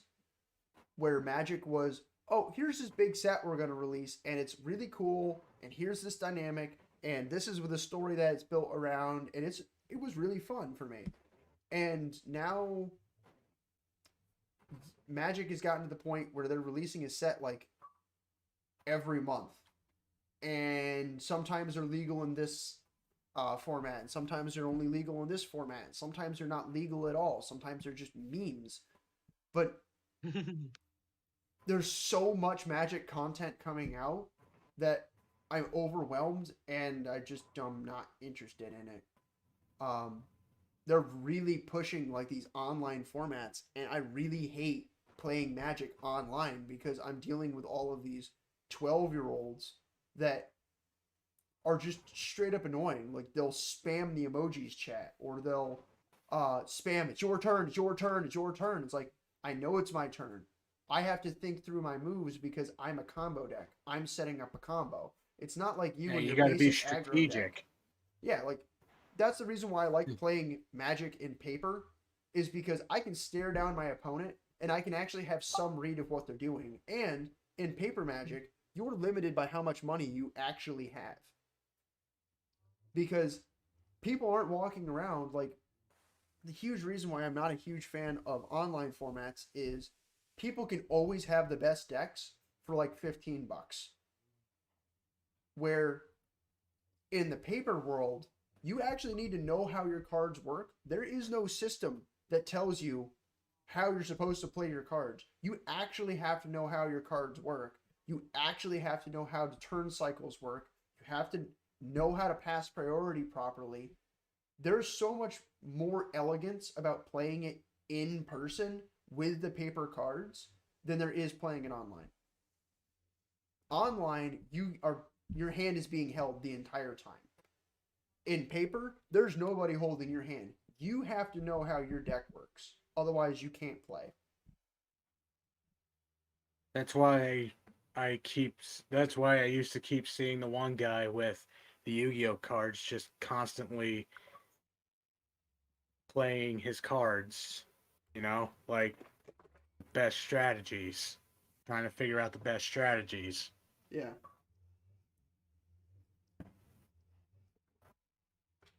I know for myself, I have a deck that no one actually considers competitive, but I consider it competitive just because of the way that it can actually, if it has the right hand, it's so disgusting that I've predicted that even a Phantom Knights with a good draw can't beat it. And that's Galaxies.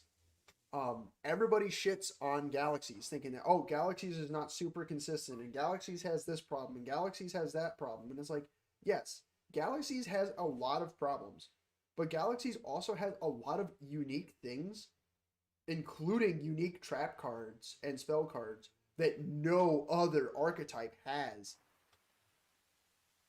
I mean, how many archetypes? And there's not many, but there are.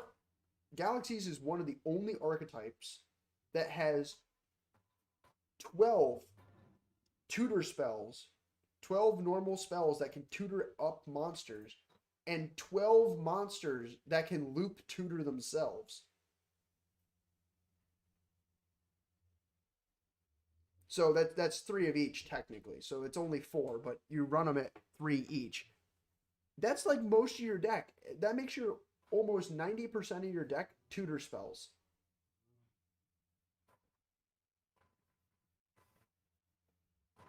So it's your turn 1 can literally be, I'm going to play half my deck. Deal with it.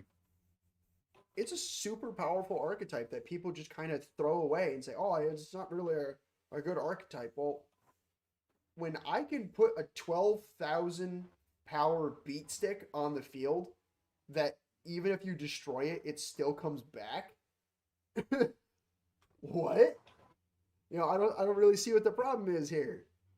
I can do so many individualized things depending on which deck I'm playing against that even though it's considered like a low tier 3 deck, I can have my way with people very easily. And that the main reason why I think Galaxies is stronger than everybody else thinks is because of one trap card, which is called Tachyon Transmigration, which there's counter traps in Yu-Gi-Oh! That are really good. Ones that stop effects and pay life points and stuff like that, and you can negate summons. You know how there's a chain in Yu-Gi-Oh, right? Yep. Galaxies have their trap card, Tachyon Transmigration, says negate everything that just happened, shuffle all the things that have an effect back in your opponent's deck. So, say you're going against Dragon Lynx, and Dragon Lynx is doing this crazy pop-off thing with all of their effects going on the chain. You go, no, shuffle everything back in. They have nothing they can do about it. It is the one card that I've actually sat down and tested and looked at that no deck, no competitive deck can beat because it is a universal target shuffle all. It gets around monsters being affected by trap cards. It gets around monsters being affected by effects in general. So I can just go, oh, you summoned your double A Zeus. Shuffle it back in your deck. Good luck with that.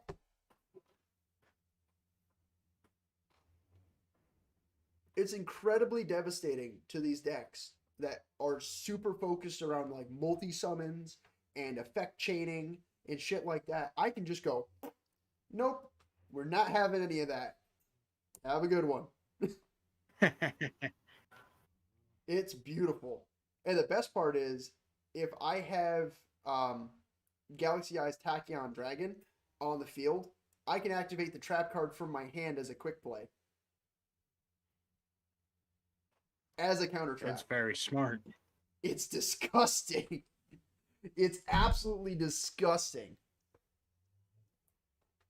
And if you pair that up with Tachyon, with Tachyon's effect is quick effect, negate all monster effects on the field. Any effect that is activated after this effect resolves means that this monster gets 1,000 attack points.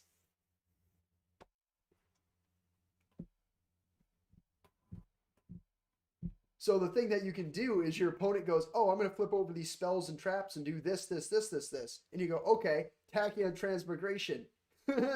This thing's now going to gain like 5,000 attack points, hit you for 8 grand. Game over.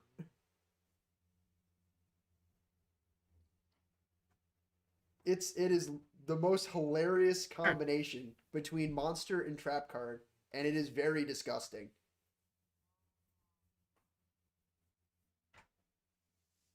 Like, people just don't understand how bonkers gross Tachyon Transmigration is. It is the only effect in Yu-Gi-Oh! That can go, I negate everything.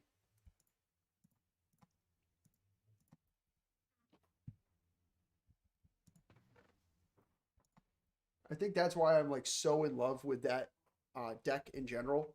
That is the general opinion of the deck. It's like, I negate everything. Go to hell.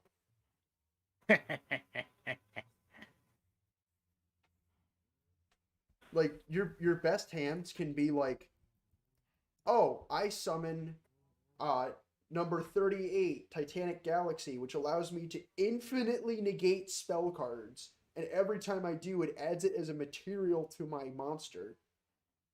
Broken. I can play number 90 Photon Lord, which allows me to tutor up photons and galaxies from my deck and put them in my hand or equip them to Photon Lord as Xyz materials. And Photon Lord can also detach Xyz materials to negate monster effects once per turn. We're allowed to run versions of Cyber Dragon, Cyber Nova, and Cyber Infinity. And Cyber Infinity can take one of my opponent's attack position monsters once each turn, on my turn and my opponent's turn, and equip it as material to the card, and I can detach materials to Omni negate anything. So it's this deck that just has so many stupid effects that allow me to do the most broken things. And everybody just kind of shakes it off and is like, oh, that's not really a super powerful deck because it doesn't like get around this, and this. And it's like, oh, of course it doesn't get around this, and this. But it's a fucking meta slayer. Like, if you know what to negate, that thing is a meta slayer. That deck can just hurt every other deck that I've ever encountered.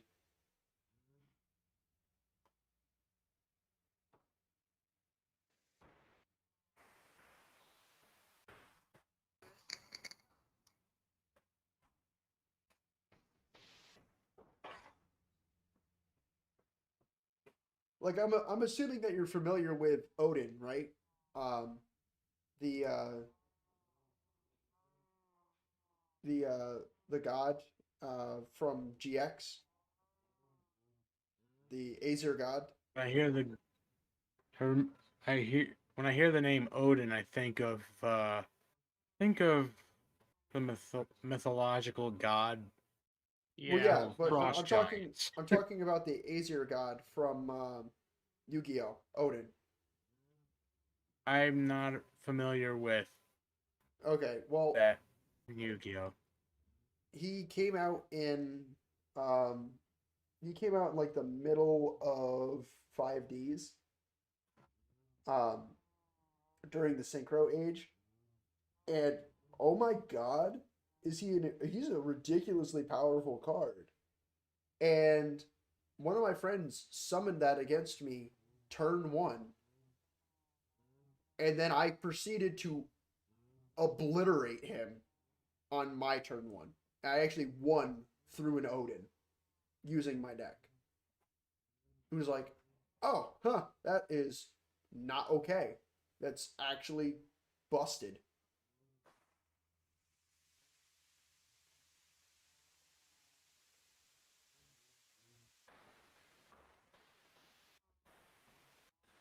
I'm just glad that we're not dealing with the ABCWXYZ Machine Union Dragon deck that used to exist, because that one was a bitch to deal with. That one was able to turn one OTK somebody without them playing any cards. You could just go, "I win," and it was like a good like 45% of their hands. They could just drop all the cards in their hand and say, "I win." And that was pretty much it.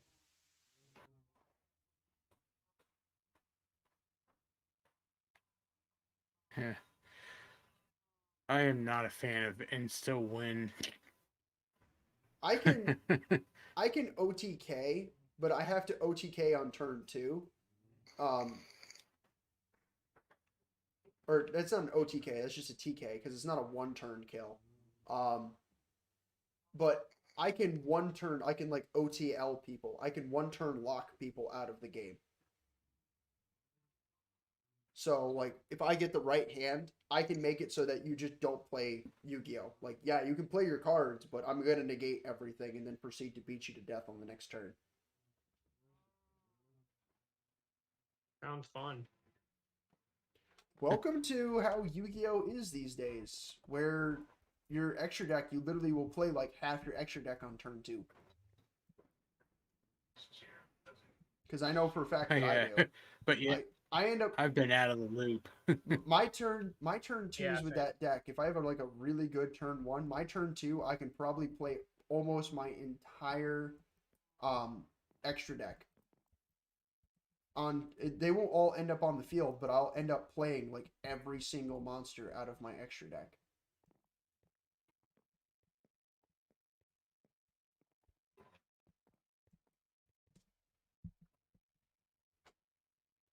Are you gonna jump back on the Minecraft server, or are we just gonna chill and chat?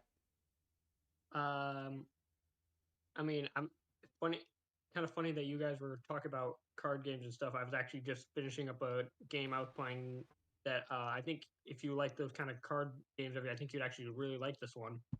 It's a game called Inscription. Hmm. Okay. It's an online game you can get on Steam.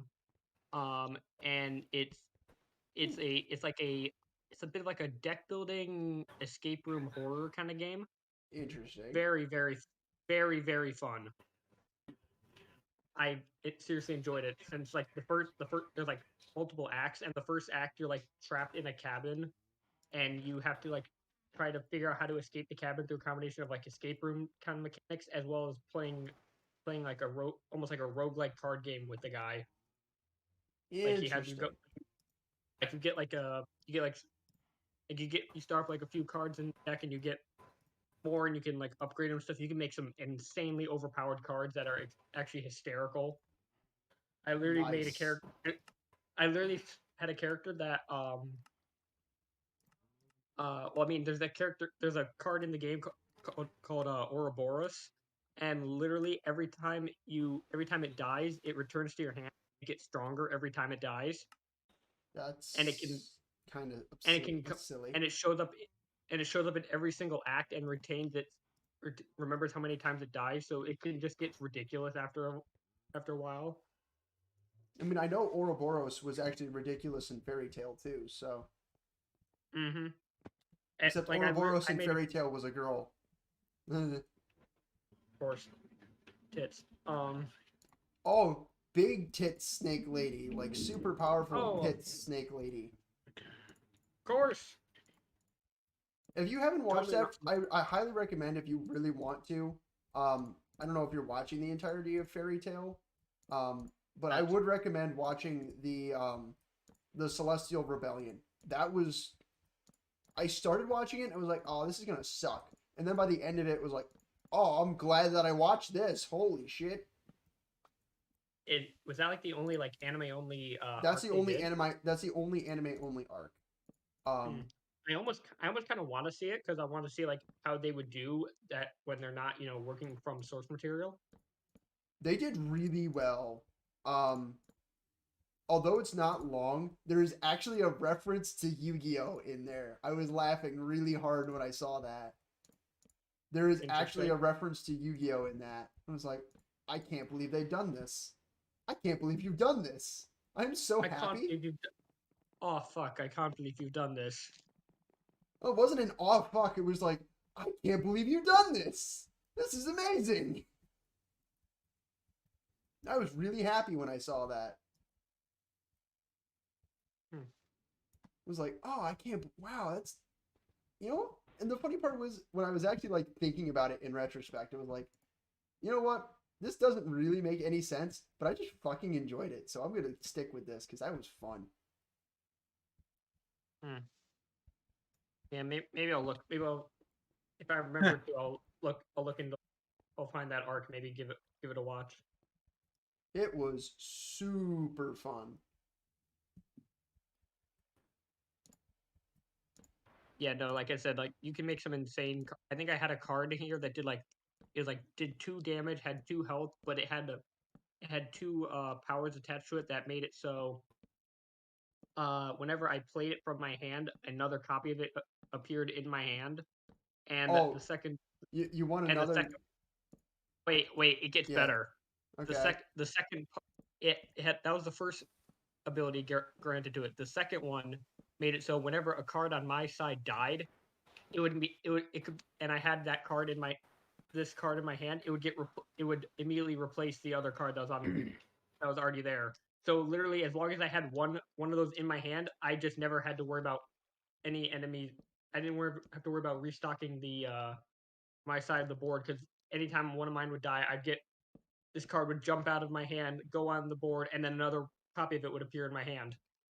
See, I've got a card that's I'm similar to pretty sure that. I have a card that's similar to that on stupidity level in Magic. Mhm. There's a planeswalker that I own that is a 5 mana planeswalker called Vraska. And she has an ultimate where if I get to 7 loyalty on her and she starts at 4 with a +1, she has a +1 and a -3. The -3 allows me to destroy any permanent. The +1 says if she's dealt damage by any creature, that creature will then die. So it's like Death Touch for a planeswalker, which is kind of cool. Okay. But her ultimate is I get 3/1/1 assassin tokens that say if I deal damage to the player, no matter how much health they have, what other bullshit is going Game on, over. I win the game. Yeah, my brother when my brother got a little bit into Magic ever, and he had one of the assassin cards in the deck he got ever. Yeah, it was nuts. It's nasty. And I love how many people get snagged by it. Like, you would think that it doesn't come up that often. It comes up a lot. It really comes up a lot. And you know what my favorite thing to do with people is? Okay, so little unknown fact about Magic. If you have Death Touch says you have to deal damage enough to kill an opponent's creature. Well, Death Touch says any amount of damage is now lethal. So you can assign 1 damage to a creature no matter what the toughness of the creature is, and it will die. So if you have a creature that has Death Touch and Trample, you can assign 1 damage to kill the creature and then assign the rest of the damage to the player. So if you give the Assassin token Death Touch and Trample, so you can do that by giving it like +1/+1 Death Touch and Trample. Then even if your opponent blocks, you can kill the creature, therefore putting damage through by assigning 1 damage to your opponent's creature, and they get dealt 1 damage trample and lose the game. Yep, that sounds about right. I love breaking Magic the Gathering. I've gotten I've gotten so many fools online with that because they're like, "Oh, it's a 2/2 and I have a 5/5. How does this work?" And it's like, because trample and death touch means no matter what your toughness of your creature is, I'm always dealing damage to you. Good night. Have you checked the Discord meme page? No, I have not. I can check it. Yeah, about like 20 minutes ago, just relevant meme got posted. What, of me being abusive to everything? No, just relevant to what we were just talking about. Oh. Adam Torres, D&D players are so... Oh, I know, that's such a pain. It's so painful to me. Why would you do that? Now, I did actually look at that picture before, and I actually did determine that that was a fake Black Lotus. That was not a real Black Lotus. But yeah, it didn't look real. no, it wasn't real. The black border is too clean for it to be real. Um, so I was looking at that and I was like, "Oh no, pain!" I was like, "Oh wait, okay, whew, we're good. Someone didn't just cut a couple $1,000 card into nothing." They weren't using it. They're gonna make it into minis. God, the fact that Black Lotus now fetches anywhere between $10,000 and $30,000 a copy is just absurd to me.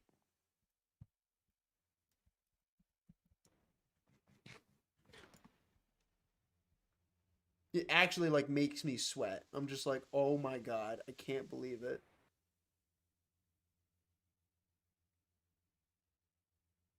Okay.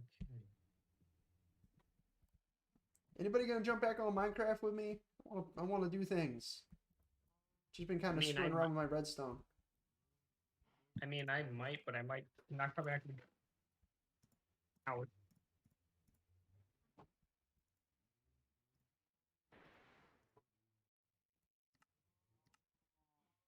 I mean, I like talking about anime though. It's been fun.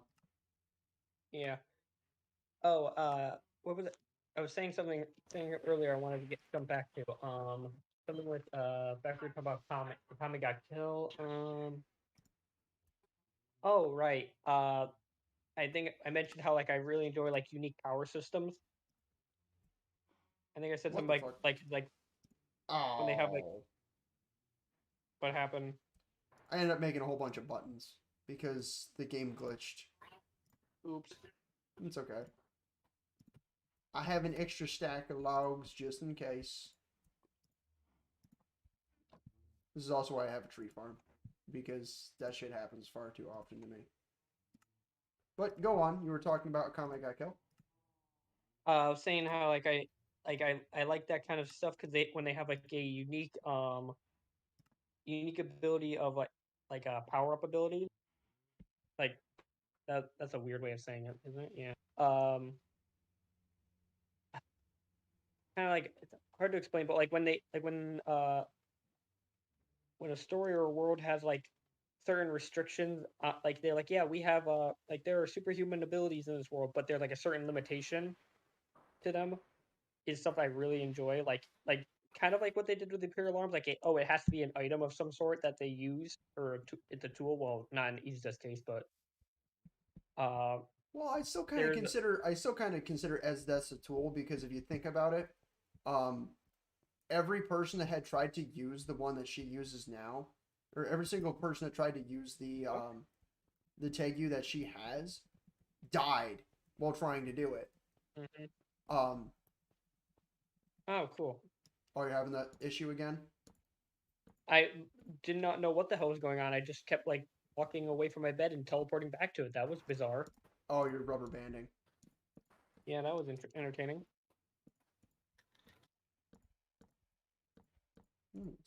Might have something to do with like maybe the server. Like I know the server refreshes at like 5:55 a.m. every day, but I don't think that should affect you right now.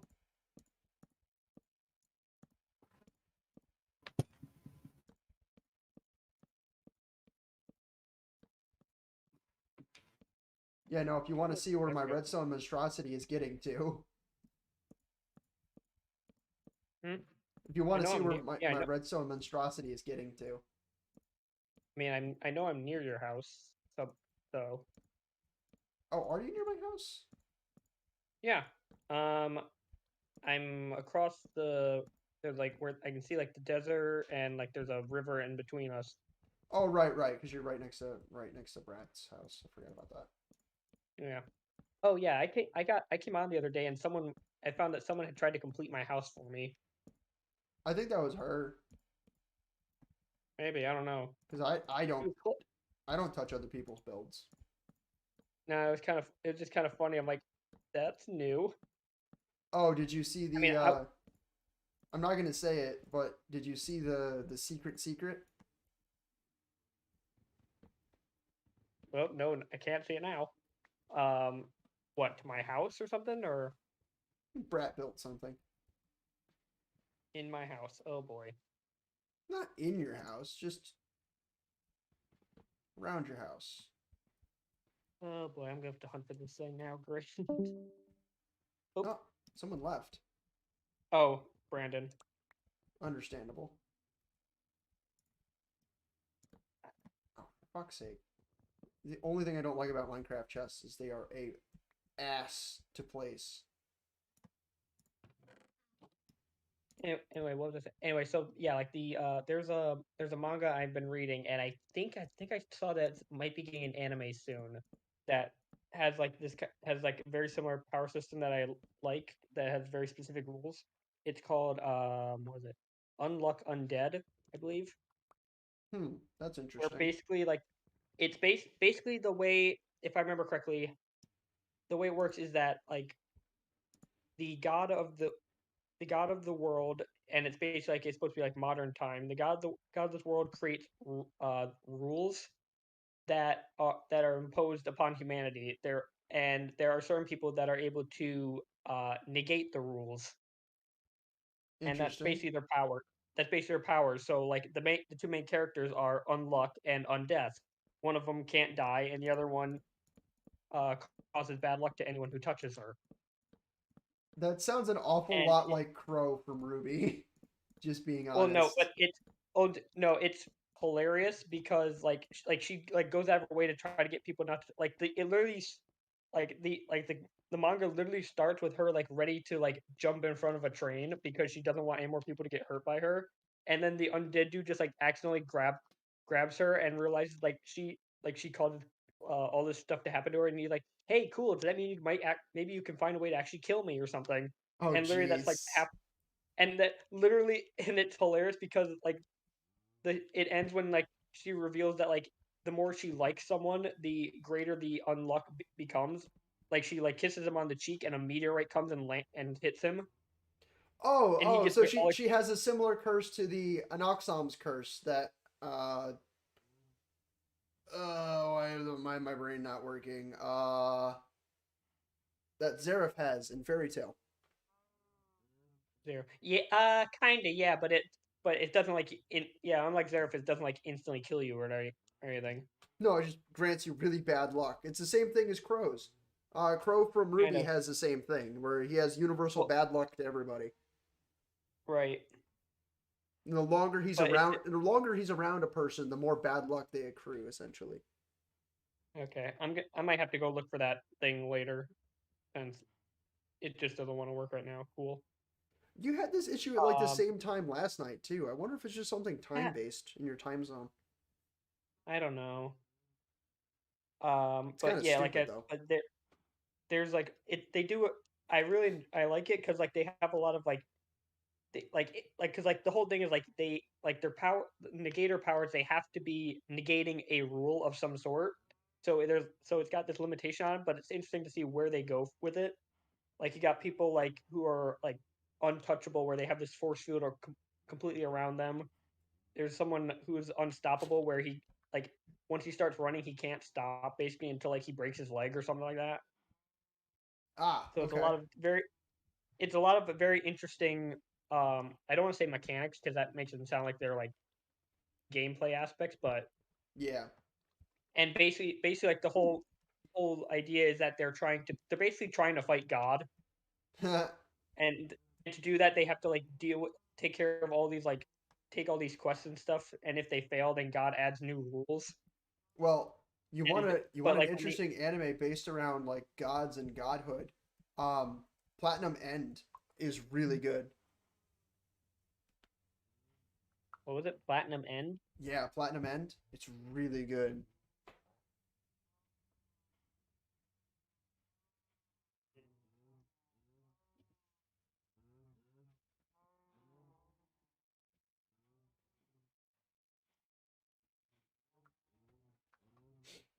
Uh, Basically, the whole point of like Platinum End is God has died, and now it's the angel's job to recruit a new human being to become the new god.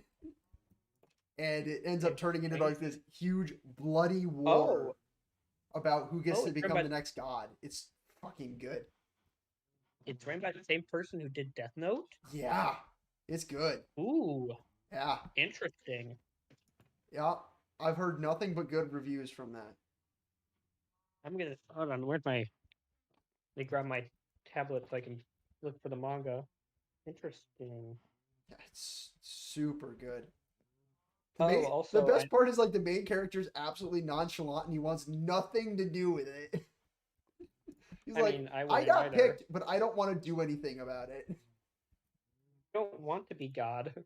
Well, That sounds like too it's much not that he work. doesn't want to be God.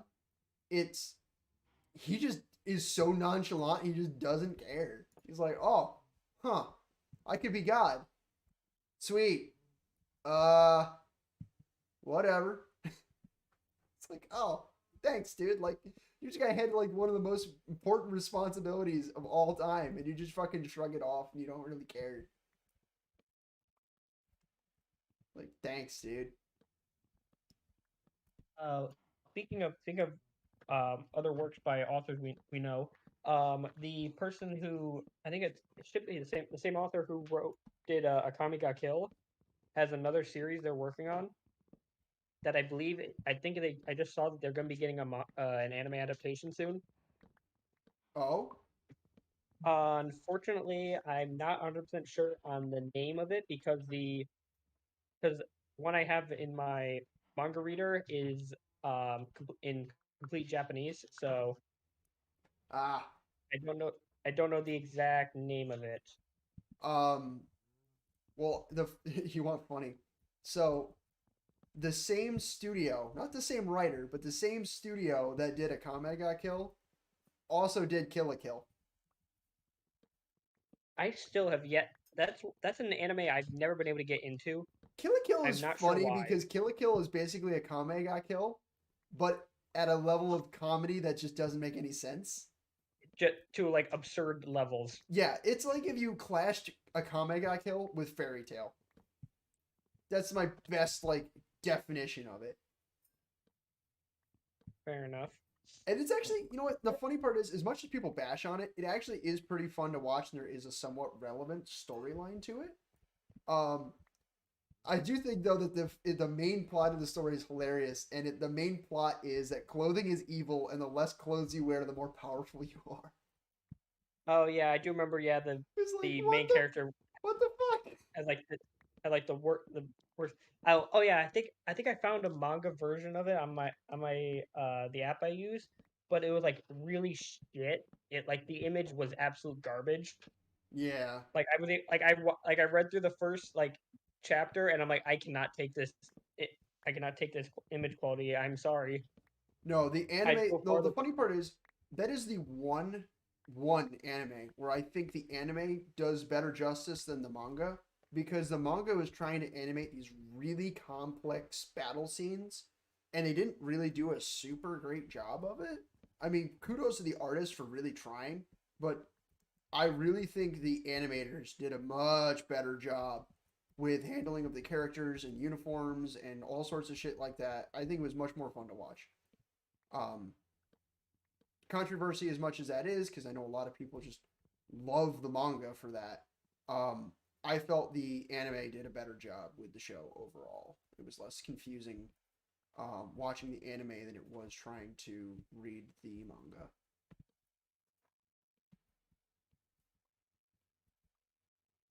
Okay, hold on. I'm looking it up to try to see if I can find what the English thing is called. Yeah, okay, I see this being an anime adaptation, yes. Well, even if you just find the Japanese name, you could just like run it through Google Translate or something. Yeah, this always ends well. Let's see. One moment.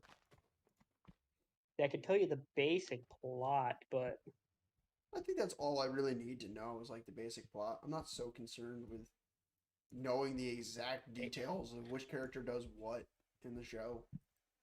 that is okay. Yeah, that's not the correct name. Oh, is it like something like really bad? If you have to, How do just I take? Discord it to me. That way, I can see like How the do I really take a? bad Google translation. Yeah, I'm gonna say, where's the? How do I take screenshot on this computer? I don't know. Oh shit. Print screen? That I don't know. Print screen is not a good screenshot mechanism because Yeah, then you'd have to put it into like Photoshop to be able to save it. right, right. You could just type into your command. You should have snipping tool. All right, right. Haha! I am a tech genius. Not really. I'm Yeah. actually really bad at tech. Oh, I am absolutely. I'm abysmal at technology.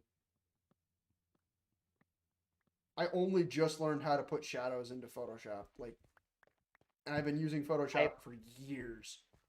I've literally never used Photoshop ever. Okay, well, I don't feel bad for you.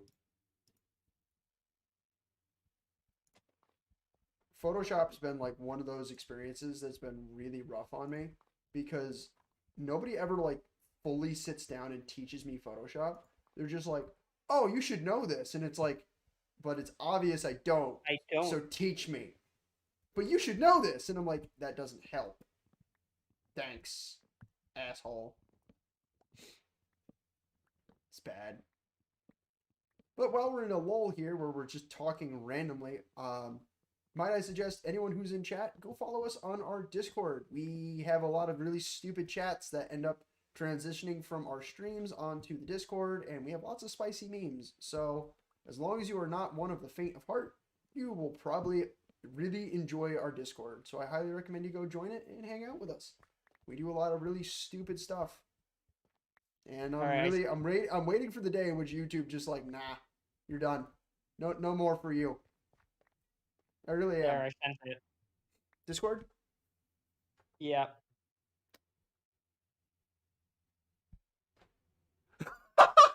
I hope that is the actual name. I really do. That is hilarious. I really hope that is the real name. I mean, the Japanese one is correct. I know that. Wow. Anyway, That is another level of crazy. okay, I'm so so happy. here's the synopsis they give. And I'm reading it from this website that's talk about the anime adaptation. So there's a demon-filled dimension named Mato, M-A-T-O, has opened Okay. and poses a threat to humanity. In the world there is a peach tree that bears a fruit that can give special powers to those who eat it. With this, humanity now stands a chance in fighting the demons. However, only women can eat it. Okay, so it sounds a lot like an Adam and Eve story mixed with the story of So Gate. so basically it's like, yeah, only women can eat it, and basically it's like talk about how like immediate, like the second that happened, like the gender powers like immediately switched. And the main character is a guy, I forget his name. I think it's a UG or something like that, who basically meets a commander of the defense corps in of the Amato, and her power basically is, I think it's called slave or something like that, and anyone who um anyone who works under her gains like this extremely powerful abilities. Okay. And but like so like he submits to her, and he becomes like this really powerful he takes on this really powerful like fighting form. I can find a picture of what he looks like. Okay. And basically he just wrecks shit. The twist is whenever he does something for her and he changes back, she has to give him a reward of some sort. Oh, I see where this is Yeah, going. Yeah, you can see where this is going. Yeah. Okay. Now, Yeah, like, I was somewhat interested, and then that got brought up, and I was like, it's just another it's hentai. it never escalates any very far other than fan service stuff, but yeah. But they I do have but there I can are imagine other so many weebs are gonna sit there fanficking the shit out of that. Oh, absolutely. Oh, it gets worse when they find out that she can lend the power to other people so that they can give fan service. But he get Mm, but in exchange for fan service for other people, he gets different forms and different abilities. Yay. I'm still not comfortable with this. I'd rather just go Yeah, watch. I know. I'd rather just go It's watch Kill a Kill again, to be honest. yeah, I know. Like, It's if I you want say to it go was see like serious fan service, I'll go watch Kill a Kill again because Kill a Kill was so fucking sexual. It's not even funny. I yeah. think it's the end of the first episode. Our main character literally gets into a suit, a fighting suit that makes her Yeah. 99% naked. Yeah, I've seen the pictures. It's like, I know what oh, it is. okay, well, interesting. That is one series though I've never watched to completion. Like, I've always started it and just like, you know what, I want to watch this and finish it, and I was like get distracted by something. I'm like, didn't Me was finish it. Fire Force. Me every time I try to restart reading Fire Force. Fire Force is interesting. Um, I think Fire Force 2 was better. Just because it stopped playing around with trying to introduce characters and actually like developed them. Because that was my Mm. main criticism with Fire Force 1 is like never really seriously develop any of the characters. Like, sure, you have some character arcs, but none of them actually have like serious character development. Except the two main characters, which, I don't mind shows that just focus on the main characters, but you got a lot of interesting side characters there too. When it's like, come on, like, you almost got a story going. Like, you're very close. Just do a little bit of work. Like, so they definitely fixed that in Fire Force 2. They did a much better job with the side characters. Mhm.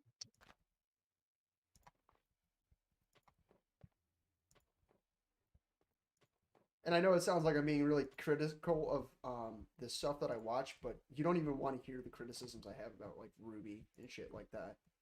God, Oh yeah, I've already heard plenty of your criticisms of Ruby. God, I could go on freaking barking about Ruby till the cows go home, till the sky turns blue. I mean, Mhm. the sky's already blue, but till the sky goes black or whatever you want to call it. I could rant about Ruby for a very long time and not break a sweat. There's just so many little things wrong with Ruby. It distracts from the major problems that there really isn't just one storyline. It's like 12 different confused storylines, and you're sitting there going, what the fuck happened? Where's the story? And you're just sitting there Wasn't like there? palming you, going, well, Yeah, this wasn't is the there? Yeah, story. like It's like, what happened? Yeah, well, yeah, yeah. What happened to the what was it? The fucking four maidens or whatever? Like, wasn't that supposed to be a major plot point? yeah, it's I haven't supposed to heard be a about major that. plot point, and we've only met like three of the Two. maidens. No, we've met three. We've met spring, Okay. summer. The only one we haven't met is summer. We've met spring, fall, and winter. The next one we Yeah, have I to mean, meet is summer. But here's the plot twist: we don't know where the summer maiden is. Ah, it's like we haven't explored that plot line yet because we didn't know where the spring maiden was to begin with. And then it turns out Raven's the fucking spring maiden. What? Okay. mhm. Yeah, Some hot garbage, but sure. we're too busy. Yeah, we can't find Springman. We're too busy shipping our characters together because that's what we should be doing It's not even the instead shipping of the characters together that's really my problem with the show instead of progressing the predominantly. plot. It's that, well, it's not even the plot. Like, sometimes the plot is actually really good. My biggest criticism that I have of Ruby is that they have all these things that they can be doing, all of these character arcs that they can be doing, and they keep missing these really important character moments that, or they just skip over them and just forget about them, and it hurts the story because there's things that I would have liked to have seen, like I'm a huge criticism of Adam being beat by Yang and Blake in season 6 because, or volume 6, whatever the fuck you want to call it. I'm a huge Mhm. criticism of Adam being beat in that volume because there was no training arc. All Mhm. Blake did is she fucked off to Menagerie and did some bullshit there. Didn't do any training arc, nothing. She just kind of dicked off in Menagerie trying to rebuild this new version of the White Fang that was more peaceful protest. Okay. I mean, I know that's somewhat relevant to the story, but it's still annoying to me that you go through that entire process and then get nothing out of it. Um, she didn't even do a training arc while there. Then we see glimpses and parts of Yang during Volume 5, which is the same time which Blake is fucked off in Menagerie, where Yang's dealing with this PTSD of Adam literally cutting her arm off, and Mhm. she somewhat works through it, but she's struggling with it, and you can see in Volume 6 she's still struggling with it. Um, and then we get to the final fight between Yang, Blake, and Adam, and somehow they've bridged the skill gap between them and Adam despite neither one of them having a training arc, like a serious Yeah. training arc, where they I got really better. wish. Yeah, I seriously wish like there were like there was even it could have been even like a montage or something of just like Yang at home like trying like get her strength back after she's been like lying around being mopey all for like the last like what however long. Well, they try to say that she had a training arc because she trained with her dad, and I look at that more of she was training with her dad to get used to her arm, her new arm. Yeah. That does not mean she was back to 100% fighting strength. That does not You mean that know she was any better than she was at Beacon when she you know what got I her would arm have sliced loved? off. I would have loved if like when she like lost her arm ever like if she like started like using her legs more Yeah, if she like became more of like like a like switch up kick-based fighter. yeah like switching up like yeah more like kickboxing just switch up her style something like that that would have been Yeah, kind of that cool. and that would have been meaningful character development because she's not 100% comfortable with her arms yet again. So now she's back. Mhm. She's learned a new way of fighting to adapt to her situation. I mean, you see the Mhm. same thing in Full Metal Alchemist. The main character loses his arm, so he ends up having to learn how to be a lefty instead of a righty. Mhm. Well, That's actually important to his character. in what was it? My Hero Academia, the main character like basically busts up his arm so bad. They're like, yeah, if you keep doing that, you're gonna lose use of your arm. So he's like switched up his fighting style to use his legs like almost exclusively. Like that For a was a time good being. character arc, huh? Yeah, for a time being. He doesn't use them. Like he still can use his arms ever, but he's getting it was mostly showing him like practicing using his legs Yeah, I know. because like he never used them. Yep. There's like so many meaningful things you can do with a character when you injure a character, and they did none of Hmm. those with Yang. Nope. Yang is a crying shame of a character. Hmm. And for anybody who doesn't know or disagrees with us, like you can feel free to type into chat. I definitely read chat and I take criticisms when I'm wrong, but Oh, um please roast our asses. It's fun. oh but you know, you have to see my points too where I'm not being vindictive of the show at this point anymore. Like I went through that period already of being vindictive about the show. You know, when I saw Adam die on screen in volume 6, I was salty as shit. And now that I've had a couple years to sit on it and really think about like why they did it and the reasons why they had to do certain moves, I understand some aspects of it. I understand like their need to eliminate this toxic character that they accidentally developed. But in the same right, I don't think it would have been that hard to have just replaced Ilya in volume 5 with Adam, and then you have the whole Adam thing solved. You can Mm. have Adam and Blake have their confrontation battle in Menagerie, not at Haven Academy. You can still have Adam lose, but maybe have Adam lose and he realizes his mistake, or he gets put into jail where he gets reconditioned. You know, where he starts to learn that maybe people aren't so bad.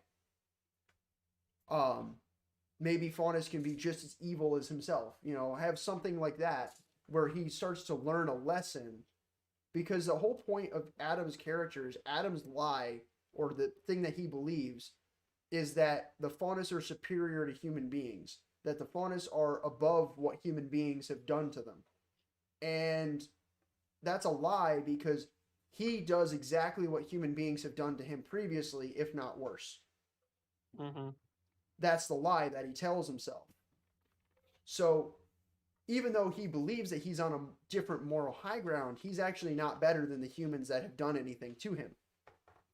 Exactly. So the lie actually makes his character interesting, because he's doing it from a morally gray standpoint, which then, if you have a character, explain to him, not through words, maybe through more physical interaction, like you could have him somehow end up in an Atlas prison, and Weiss constantly visits him and talks to him about it because she wants to know about maybe the scar on his face, and she's trying to humanize him in some way, shape, or form in her mind, so she can at least talk and effectively communicate with him. And through that interaction, Adam realizes that human beings, not all human beings, because a Schnee, the person who he hates the most, is actually talking to him and wants to know more about him and his struggles. Then it starts to humanize him as a character, humanize Weiss as a Faunus sympathist character. And you don't have to have them fall in love or anything like that, but they start to gain respect for one another enough where Adam opens up about his past experiences with the SDC, where he got his brand, why he does the things that he does. And through this, he gets to experience the lie in reverse, that humans aren't so bad and that what he was doing was wrong.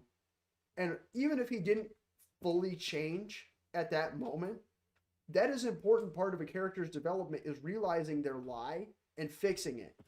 They don't have to change immediately after they realize their lie. They don't have to. They can take a slow transition, and it's much preferred that they take a slow transition to being a better person, or realizing that coming to the conclusion that the lie they were telling themselves isn't worth the time, and that they need to change. So Adam's lie is that he thinks he's above, that Faunus themselves are above human beings, and that they're a higher moral standard. But it's a lie, because he does the same thing that humans do to Faunus that he does to humans, thinking that it's the right thing to do. So it's the only way to gain respect and honor back for the Faunus, is to essentially animalize and destroy human beings, in the same way that human beings animalized and destroyed the Faunus. So it's a morally gray character. It's somewhat interesting. He actually has like pre-made character development in the fact that Weiss Schnee just exists. And they completely just threw that out the window after Volume 3 and made him the cranky ex-boyfriend. Mm-hmm. I mean, and then they do it to Iron. They literally do the exact same thing to Ironwood. Ironwood has roughly the same lie in Volume 7. He tells himself that he and only himself is the savior of Atlas, and he has to save everybody. But his version of save everybody is save who we can, which is logical, because in real war, you're not going to be able to get everybody out of every situation. It's just not going to happen. Sometimes you just have to retreat and let things happen and live to fight another day. And that's the logic that he provides to Team Ruby, but Team Ruby won't accept that. They won't accept, that's the lie that they struggle with, is they struggle with people are going to die, people in war, innocent people get hurt. And they can't seem to move beyond that as writers, and it's turned into this lie that Team Ruby can't accept. That they can't accept that people are going to die around them, and that's just They can't war. save everyone. Yeah. So, I mean, and I know it's a really random thing to say ever. Like, I can understand why they can't accept it, because they keep forgetting they're fucking kids. Like Ruby, how old again? Like, Ruby's 17 now. She's not really a kid anymore. yeah, she was when all the shit started. She was when all the shit started, but after everything that she's seen and dealing with Crow and everything about Salem, she should pretty much realize by this point that this is war and war is ugly. Right. You know, I'm not trying to say that is a good or a bad thing, but she should know these things by now. And she doesn't, which is really harmful to her character.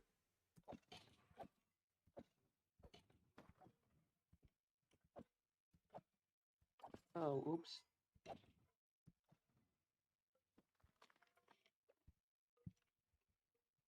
But yeah, I could go on forever about things that I would do to change Ruby. Not even just like to Adam's character, but to Ilya, to Sun, Neptune. I would just remove because Neptune's not really a character. He's more annoying than anything else. He's kind of Neptune's only good thing that he's ever done was serve as an ego boost for Jean in Volume 2. I mean, that was basically it. I mean, Neptune was somewhat of an interesting character, but again, he was more of the fan service character than he was actually having any real purpose in the show, which was I literally, I kind literally of don't depressing. remember anything. I literally don't remember anything about Neptune's character other than that he's afraid of water for some reason. And that's my thing is he's such a side character, he's such a forgettable character that even if he had a list of really impressive accomplishments, they mean nothing. They actually mean nothing. Mm-hmm. Um, as far as everybody's concerned, he is just the guy who follows Sun around, and that's life, man. Um, he's a really poorly written character, and the weirdest part is he's a poorly written character, as well as being one of he's voiced by one of the lead writers for the show. Oof. So he's one of the more poorly written characters, but he's written by one of the people who writes the damn show. So, like, tell me that's confusing. Like, that's really weird.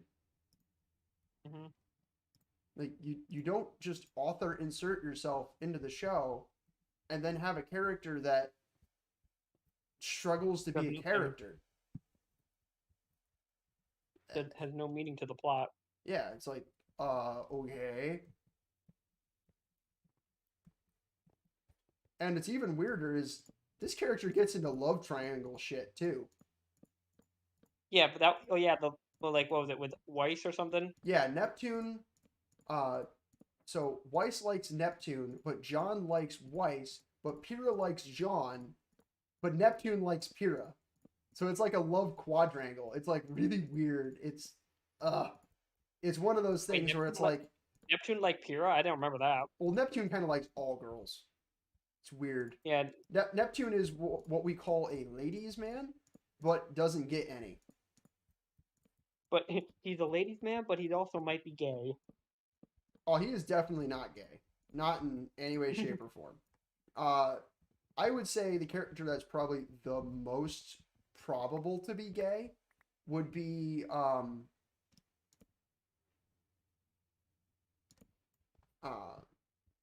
why am I forgetting his name? Most probable to be gay would probably be God fuck Sun. Sun I could see as a character potentially being gay. Which one I couldn't hear? Sun. Hmm. I could see him Yeah, being I guess gay. so. I mean, I thought he always had a thing for Blake, but I mean, he does, and they do. The funny part is they do explore that in volume 6. Blake does kiss him on the cheek. Before boarding the train to Argus in the literal first episode. So you have that. Whether you want to take that as romantic or as friendship, or as debating. yeah, or like between. You know, that's interesting. It was actually a good character moment for both characters. But anyways, so you know he's always had this thing for Blake. I mean, he literally stalked her all the way to Menagerie just so that he could Mhm. help her. Think about that. The dude fucking stalked her all the way to Menagerie to help her. The dude's got a crush on you. Think about that. But anyways, um, so you have that whole thing happen, which it's interesting to say nonetheless, but it's still, I don't know, I still think it's a little forced, but it's less forced than freaking Bumblebee. So I'm not going to complain about that. And you want to talk about characters that are definitely gay. Um, the thing is, Yang was never written as a gay character. Yeah, I know. Problem Um, is they just basically they kind of like shoehorn that one in. well, I wouldn't even say that they shoehorned that one in. It's kind of a stupid logic for me to say that. Um, but the reason why I don't think they shoehorned that in is Yang just kind of naturally leads herself to being a sexualized character. And that's not because she has a set of juggers on the front of her from season 1 that they removed in season 5. If they removed, Yeah, her boobs have gotten smaller, and Ruby's boobs have gotten bigger, and Weiss's boobs have also gotten bigger, and Blake's have gotten smaller. So take it as you will.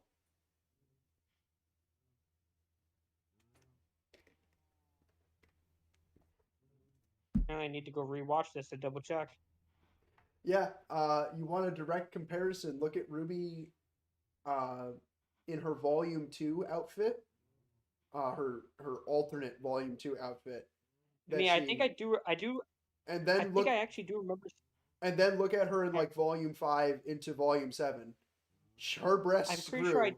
And then you look at I'm Yang pretty in sure Volume 4, and then look at Yang in Volume 5, and her breasts got smaller. I do. I think I remember seeing something about like someone making a joke about Ruby. But I never heard anything about anyone else's. No, I actually like I paid attention, and most of the female characters lost breast sizes when they transitioned from Volume 4 into Volume 5.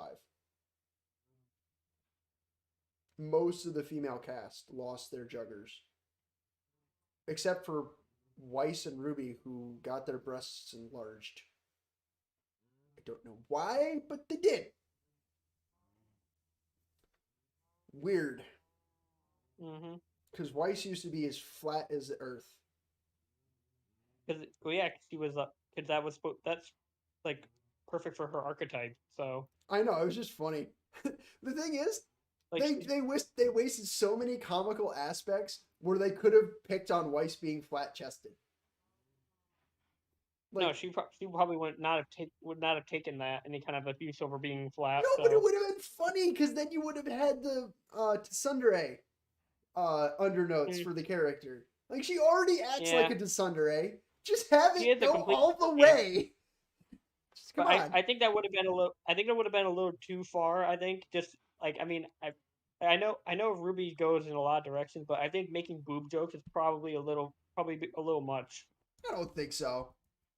I think it would have been really funny to have like this dynamic between Yang and Weiss where they would pick on each other about breast sizes. I mean, yeah. Although I can already hear the conversation because I've seen it multiple times Well, that's the before in thing. other. They said that they pulled source information from Avatar: The Last Airbender. Avatar: The Last Airbender has boob jokes. Come on. True. They pull stuff from Cowboy Bebop. Cowboy Bebop has a lot of sexual jokes in it. Come on, you can't tell me that you just decided to write the cleanest, most basic, boring anime ever and not throw a boob joke in it. Come on.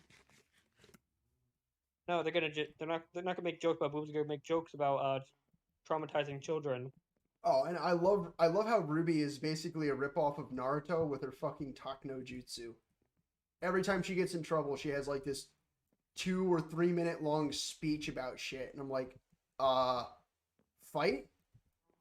no talkie, fight. Thanks. You know, this whole talk no jutsu bullshit doesn't work. Not in this world. Believe it. I fucking hate talk no jutsu. It works in Naruto because a lot of the characters are anti-heroes or are people who were once heroes.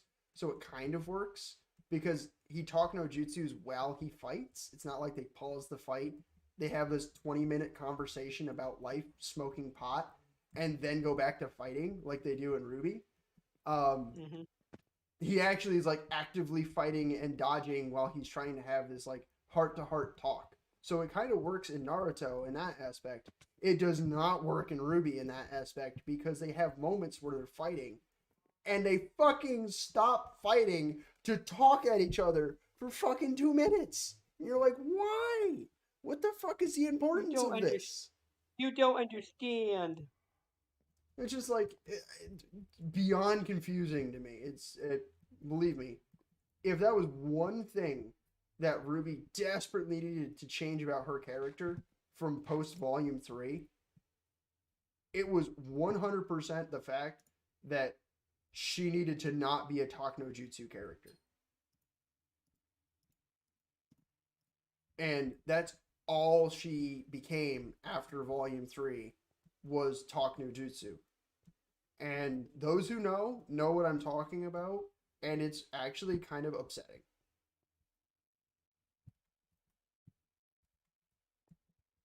And those who don't know, well, I bet you'll figure it out if you look into Naruto and Talk no Jutsu and stuff like that. But basically, what I'm saying is Ruby seems to talk her way out of most problems, and that doesn't work for a lot of situations, and shouldn't work for a lot of situations. But for some reason, they have decided that it works, and it's actually annoying.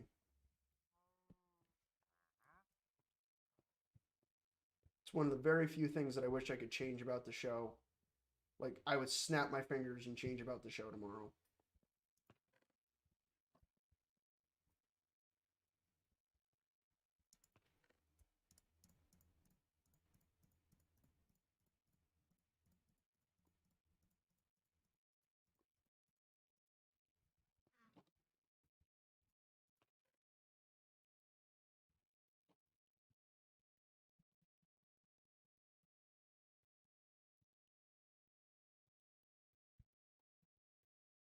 I don't know. Do you feel the same way about that, or am I just crazy? I'm sorry, what? Do you feel the same way about what I said, or am I just crazy? What about Talk no Jutsu? Yeah, and Ruby. And Ruby, yeah, I think Ruby's way too fast paced to have stuff like that. I mean, I know that most animes in general do have that kind of thing in some way, shape, or form. They'll just have a time where like the yeah.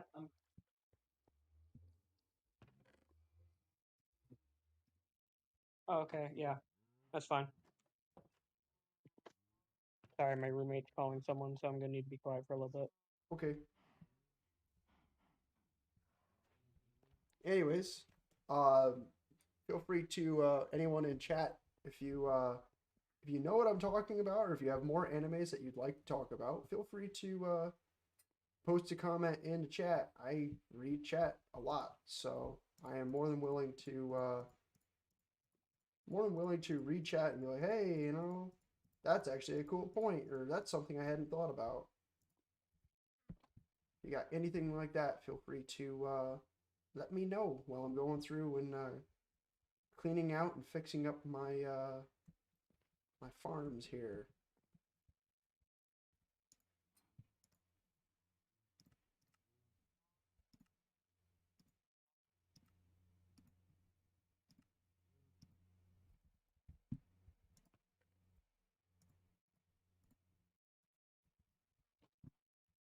A lot of slime. So glad that I have it though.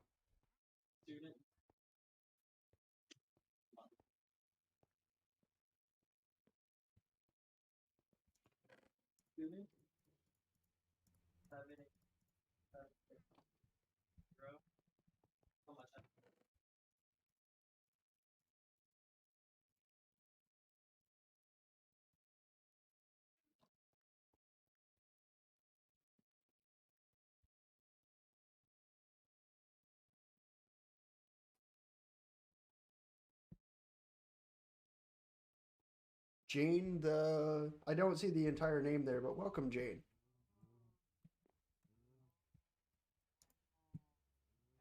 Umbral Coffee Sticks is the entirety of the channel, but I am Shades of Umbral Coffee Sticks, so that makes it easier to type in or anything like that.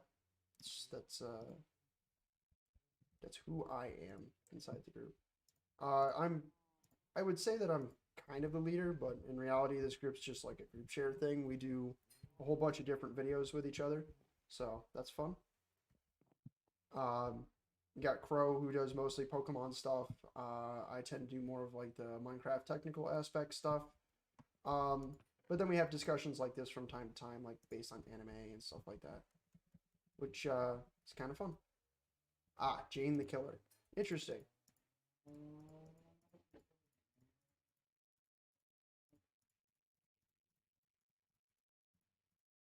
Yeah, if you've got anything you'd like to talk about anime related wise or Minecraft related wise or anything else related wise, you know, it's kind of like an open conversation we usually have. Streams have been more related to like Jackbox, and we've done Jackbox a lot, so we're trying to switch it up for a little bit, you know, make sure that we can keep Jackbox near and dear and special to us while also having fun and doing games like this. God, I haven't cleaned out that freaking slime down there forever. Okay, Miss Jack.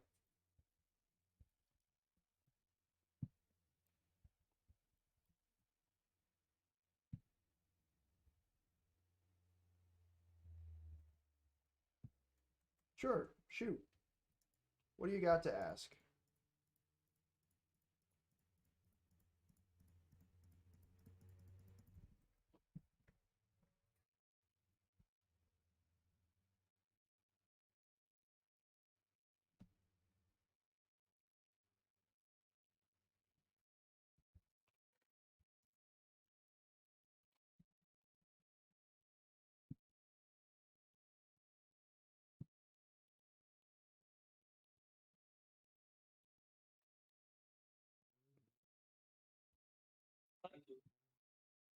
Oh, that's fine. All right.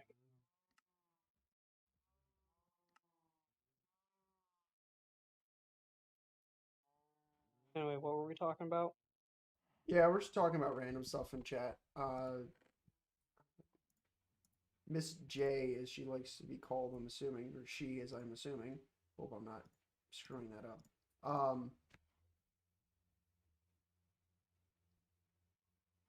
In Pokemon Crystal Clear ROM hack, who's better, water or psychic? Um, like I said, I don't really handle the Pokemon stuff.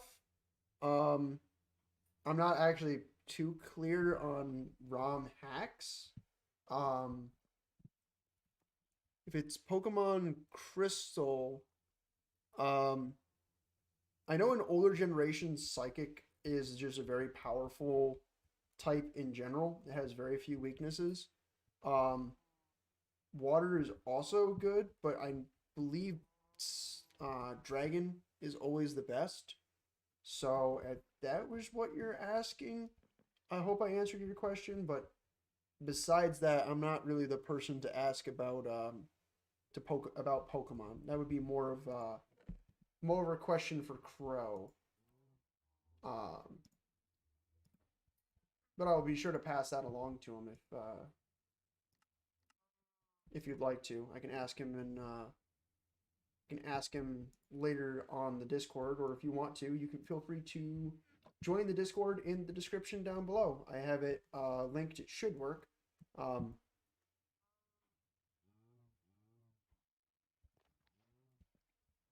Discord link should work.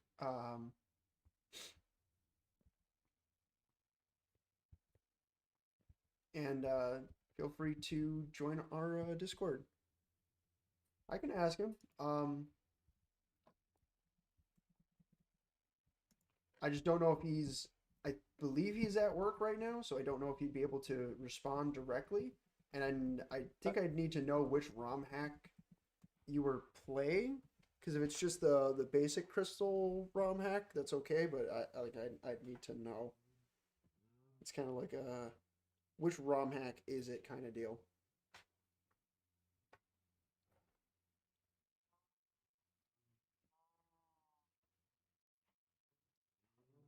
Oh, you sent that back to me, you jackass. Thanks, Dragonian. Thanks. Hmm? Yeah, yeah. Because You I'm sent sorry, that because you back to did. me, asshole. Yeah. Oh, no, I sent it back to you because you were talking about the whole like, yeah, he's in prison and Weiss is talking to him and he gets sympathetic. I'm like, yeah, I see where you're sending this. I'm so mad at you. I'm so mad at you that I accidentally like blanked my mind there for a second and through the finger. I'm so used to not having a camera on, and I'm so used to flipping off my own screen that it's a bad habit. I gotta work on that so I don't do that as frequently as I do.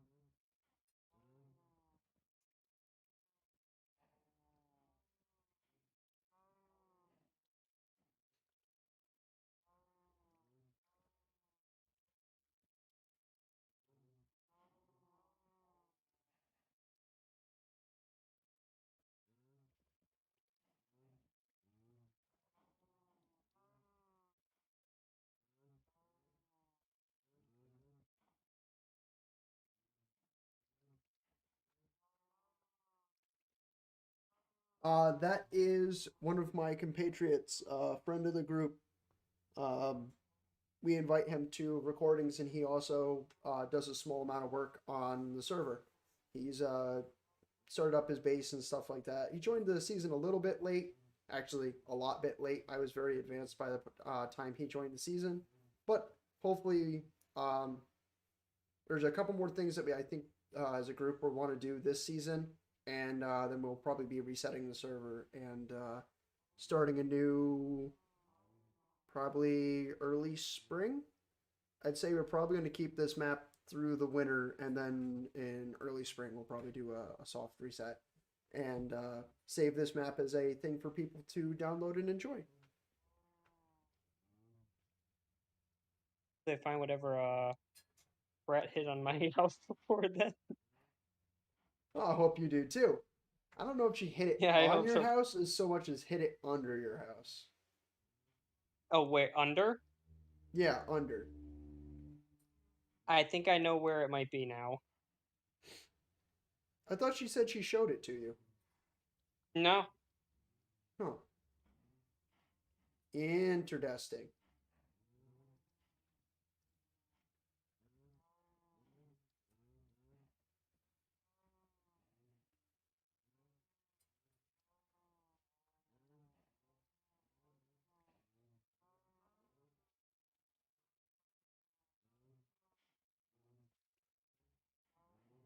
I'm not going to tell you his real name. That's not how this works. He's a friend of the group, and I will keep him in animosity.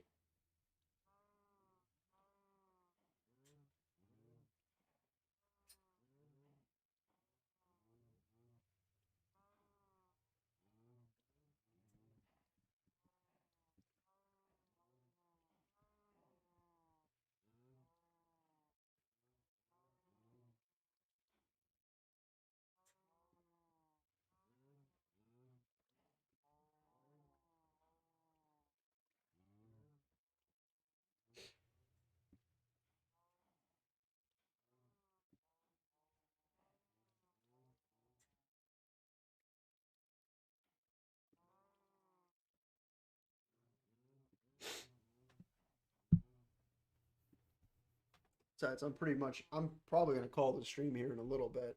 There's not much left I got to do.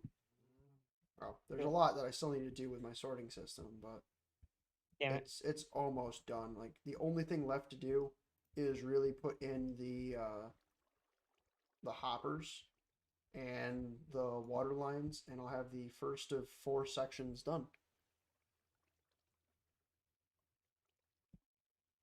All right, which movie are you watching, Miss J?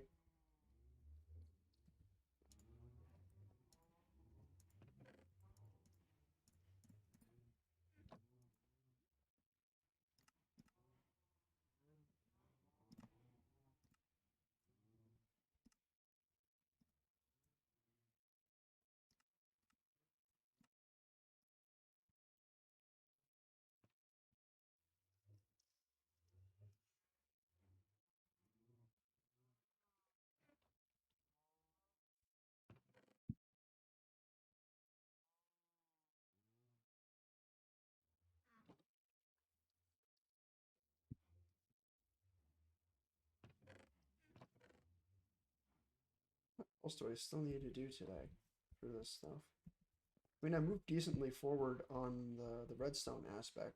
I just need to finish putting in all of the hoppers. So I have to put in 5 times, so 64, 59, 59 times 5.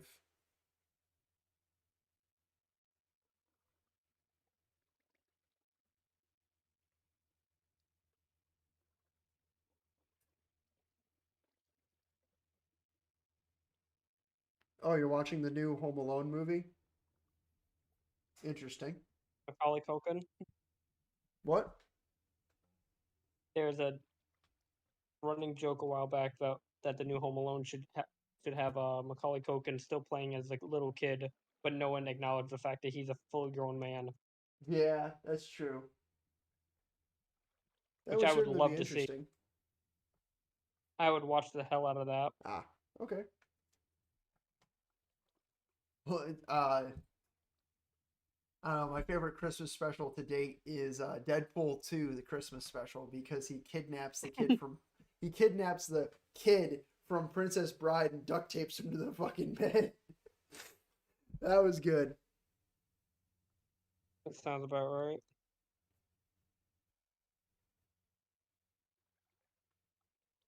That was definitely probably one of the better Christmas movies that I've watched in a while. I still need to watch Die Hard as a Christmas movie. Die Hard? Really? Yeah, I You've still never need to watched the watch that. original Die Hard? Not yet. Huh. It's a good one. I wouldn't say it's like a Christmas movie. It's yeah, it's got a Christmas undertone to it, but I mean, it is if Home Alone qualifies, then I think so can Die Hard. well, Home Alone is more of the holiday season than anything else. Die It just Hard is happens to. Die Hard is like the beginning of the action shoot 'em up movies.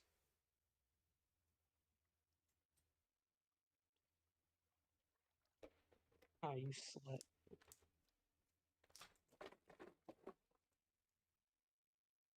Wish they doomed Christmas? I guess I don't understand what you're saying. Doom Christmas. Yeah, you're saying something about I wish they doomed Christmas. I was like, Interesting. What? Ow.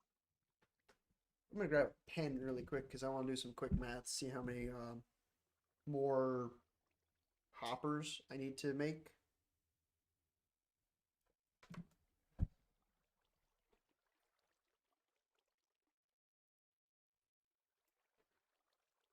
So much extra crap that I gotta do tomorrow that I didn't do today. Oh yeah, I have a. Yeah, I still have that essay. Yeah, you do. You still have that essay. I still got a lot of work that I got to do myself. So let's see. Got to do 64. What the hell? What is this pen not writing? Here we go.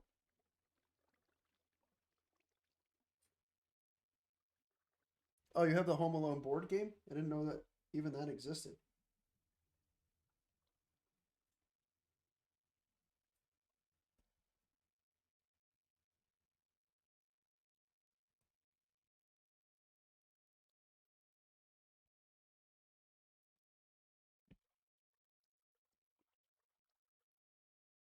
So that's 45.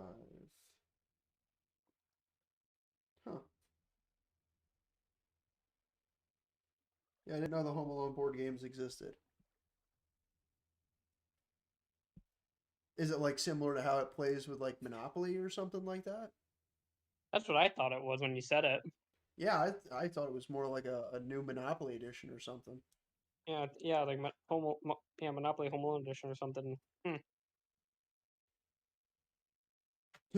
So just to complete one section of this machine. Oh, they're like video games. Okay. They're on the Oh, it's a SN. video game. Okay. They're on the well. I guess they're board games, but they're board games that are on a video game console. They say that I just have Home Alone and Home Alone 2 on the SNES and Game Boy. Huh. Interesting. Interesting.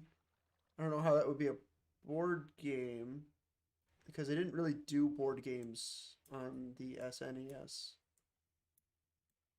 I don't even know if they did a board game on the Game Boy. I don't think the Game Boy had enough power to do that. I know the Game Boy had enough power to play like a Pokemon card game on it, but Do Tetris and stuff, but I don't know. I don't believe video games and movies. The Game Boy was not strong enough to do a movie.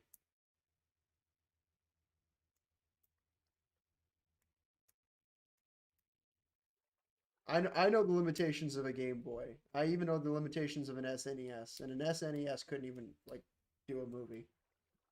It wasn't designed to do a movie. It was designed to play games.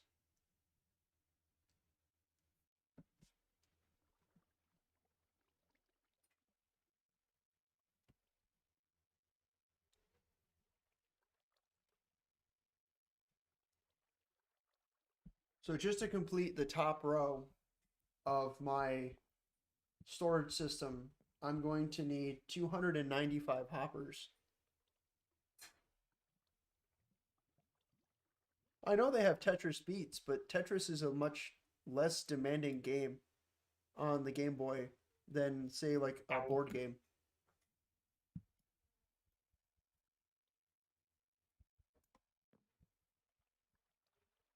So then I need 4, 7 more.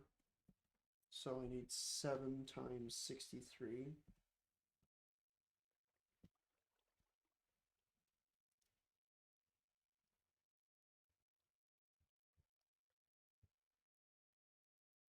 Well, on the Switch, it's much different. On a Switch, you can do a lot of things because that's much more updated technology. 42, 44.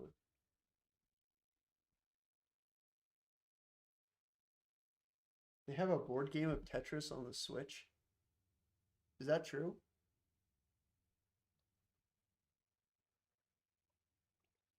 I mean, I don't doubt it, but it just seems weird.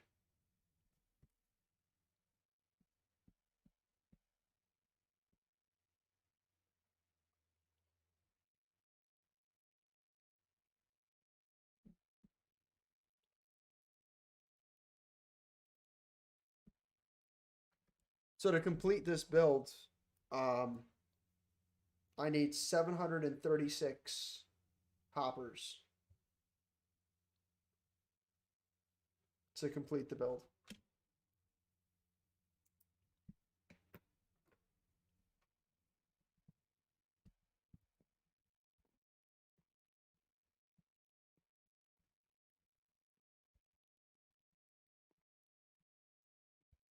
Oop.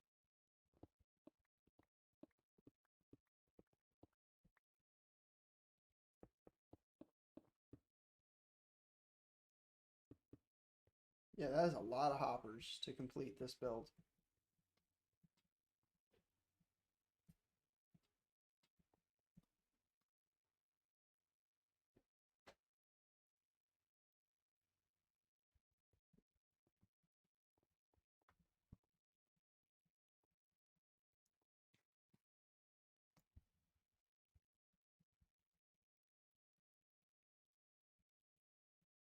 Alrighty, I'm gonna go park my character in my house, and I'm gonna call the stream here, guys. It's getting really late. It's just about midnight, and I got some other stuff that I still need to get done. Actually, I'll probably go to bed and try to do it in the morning. But I appreciate all of you coming out, hanging out with the stream tonight. It was a lot of fun. Got to talk about some anime, got to play around with some redstone, get to play with the mechanics of 1.18, go down to the deep dark again.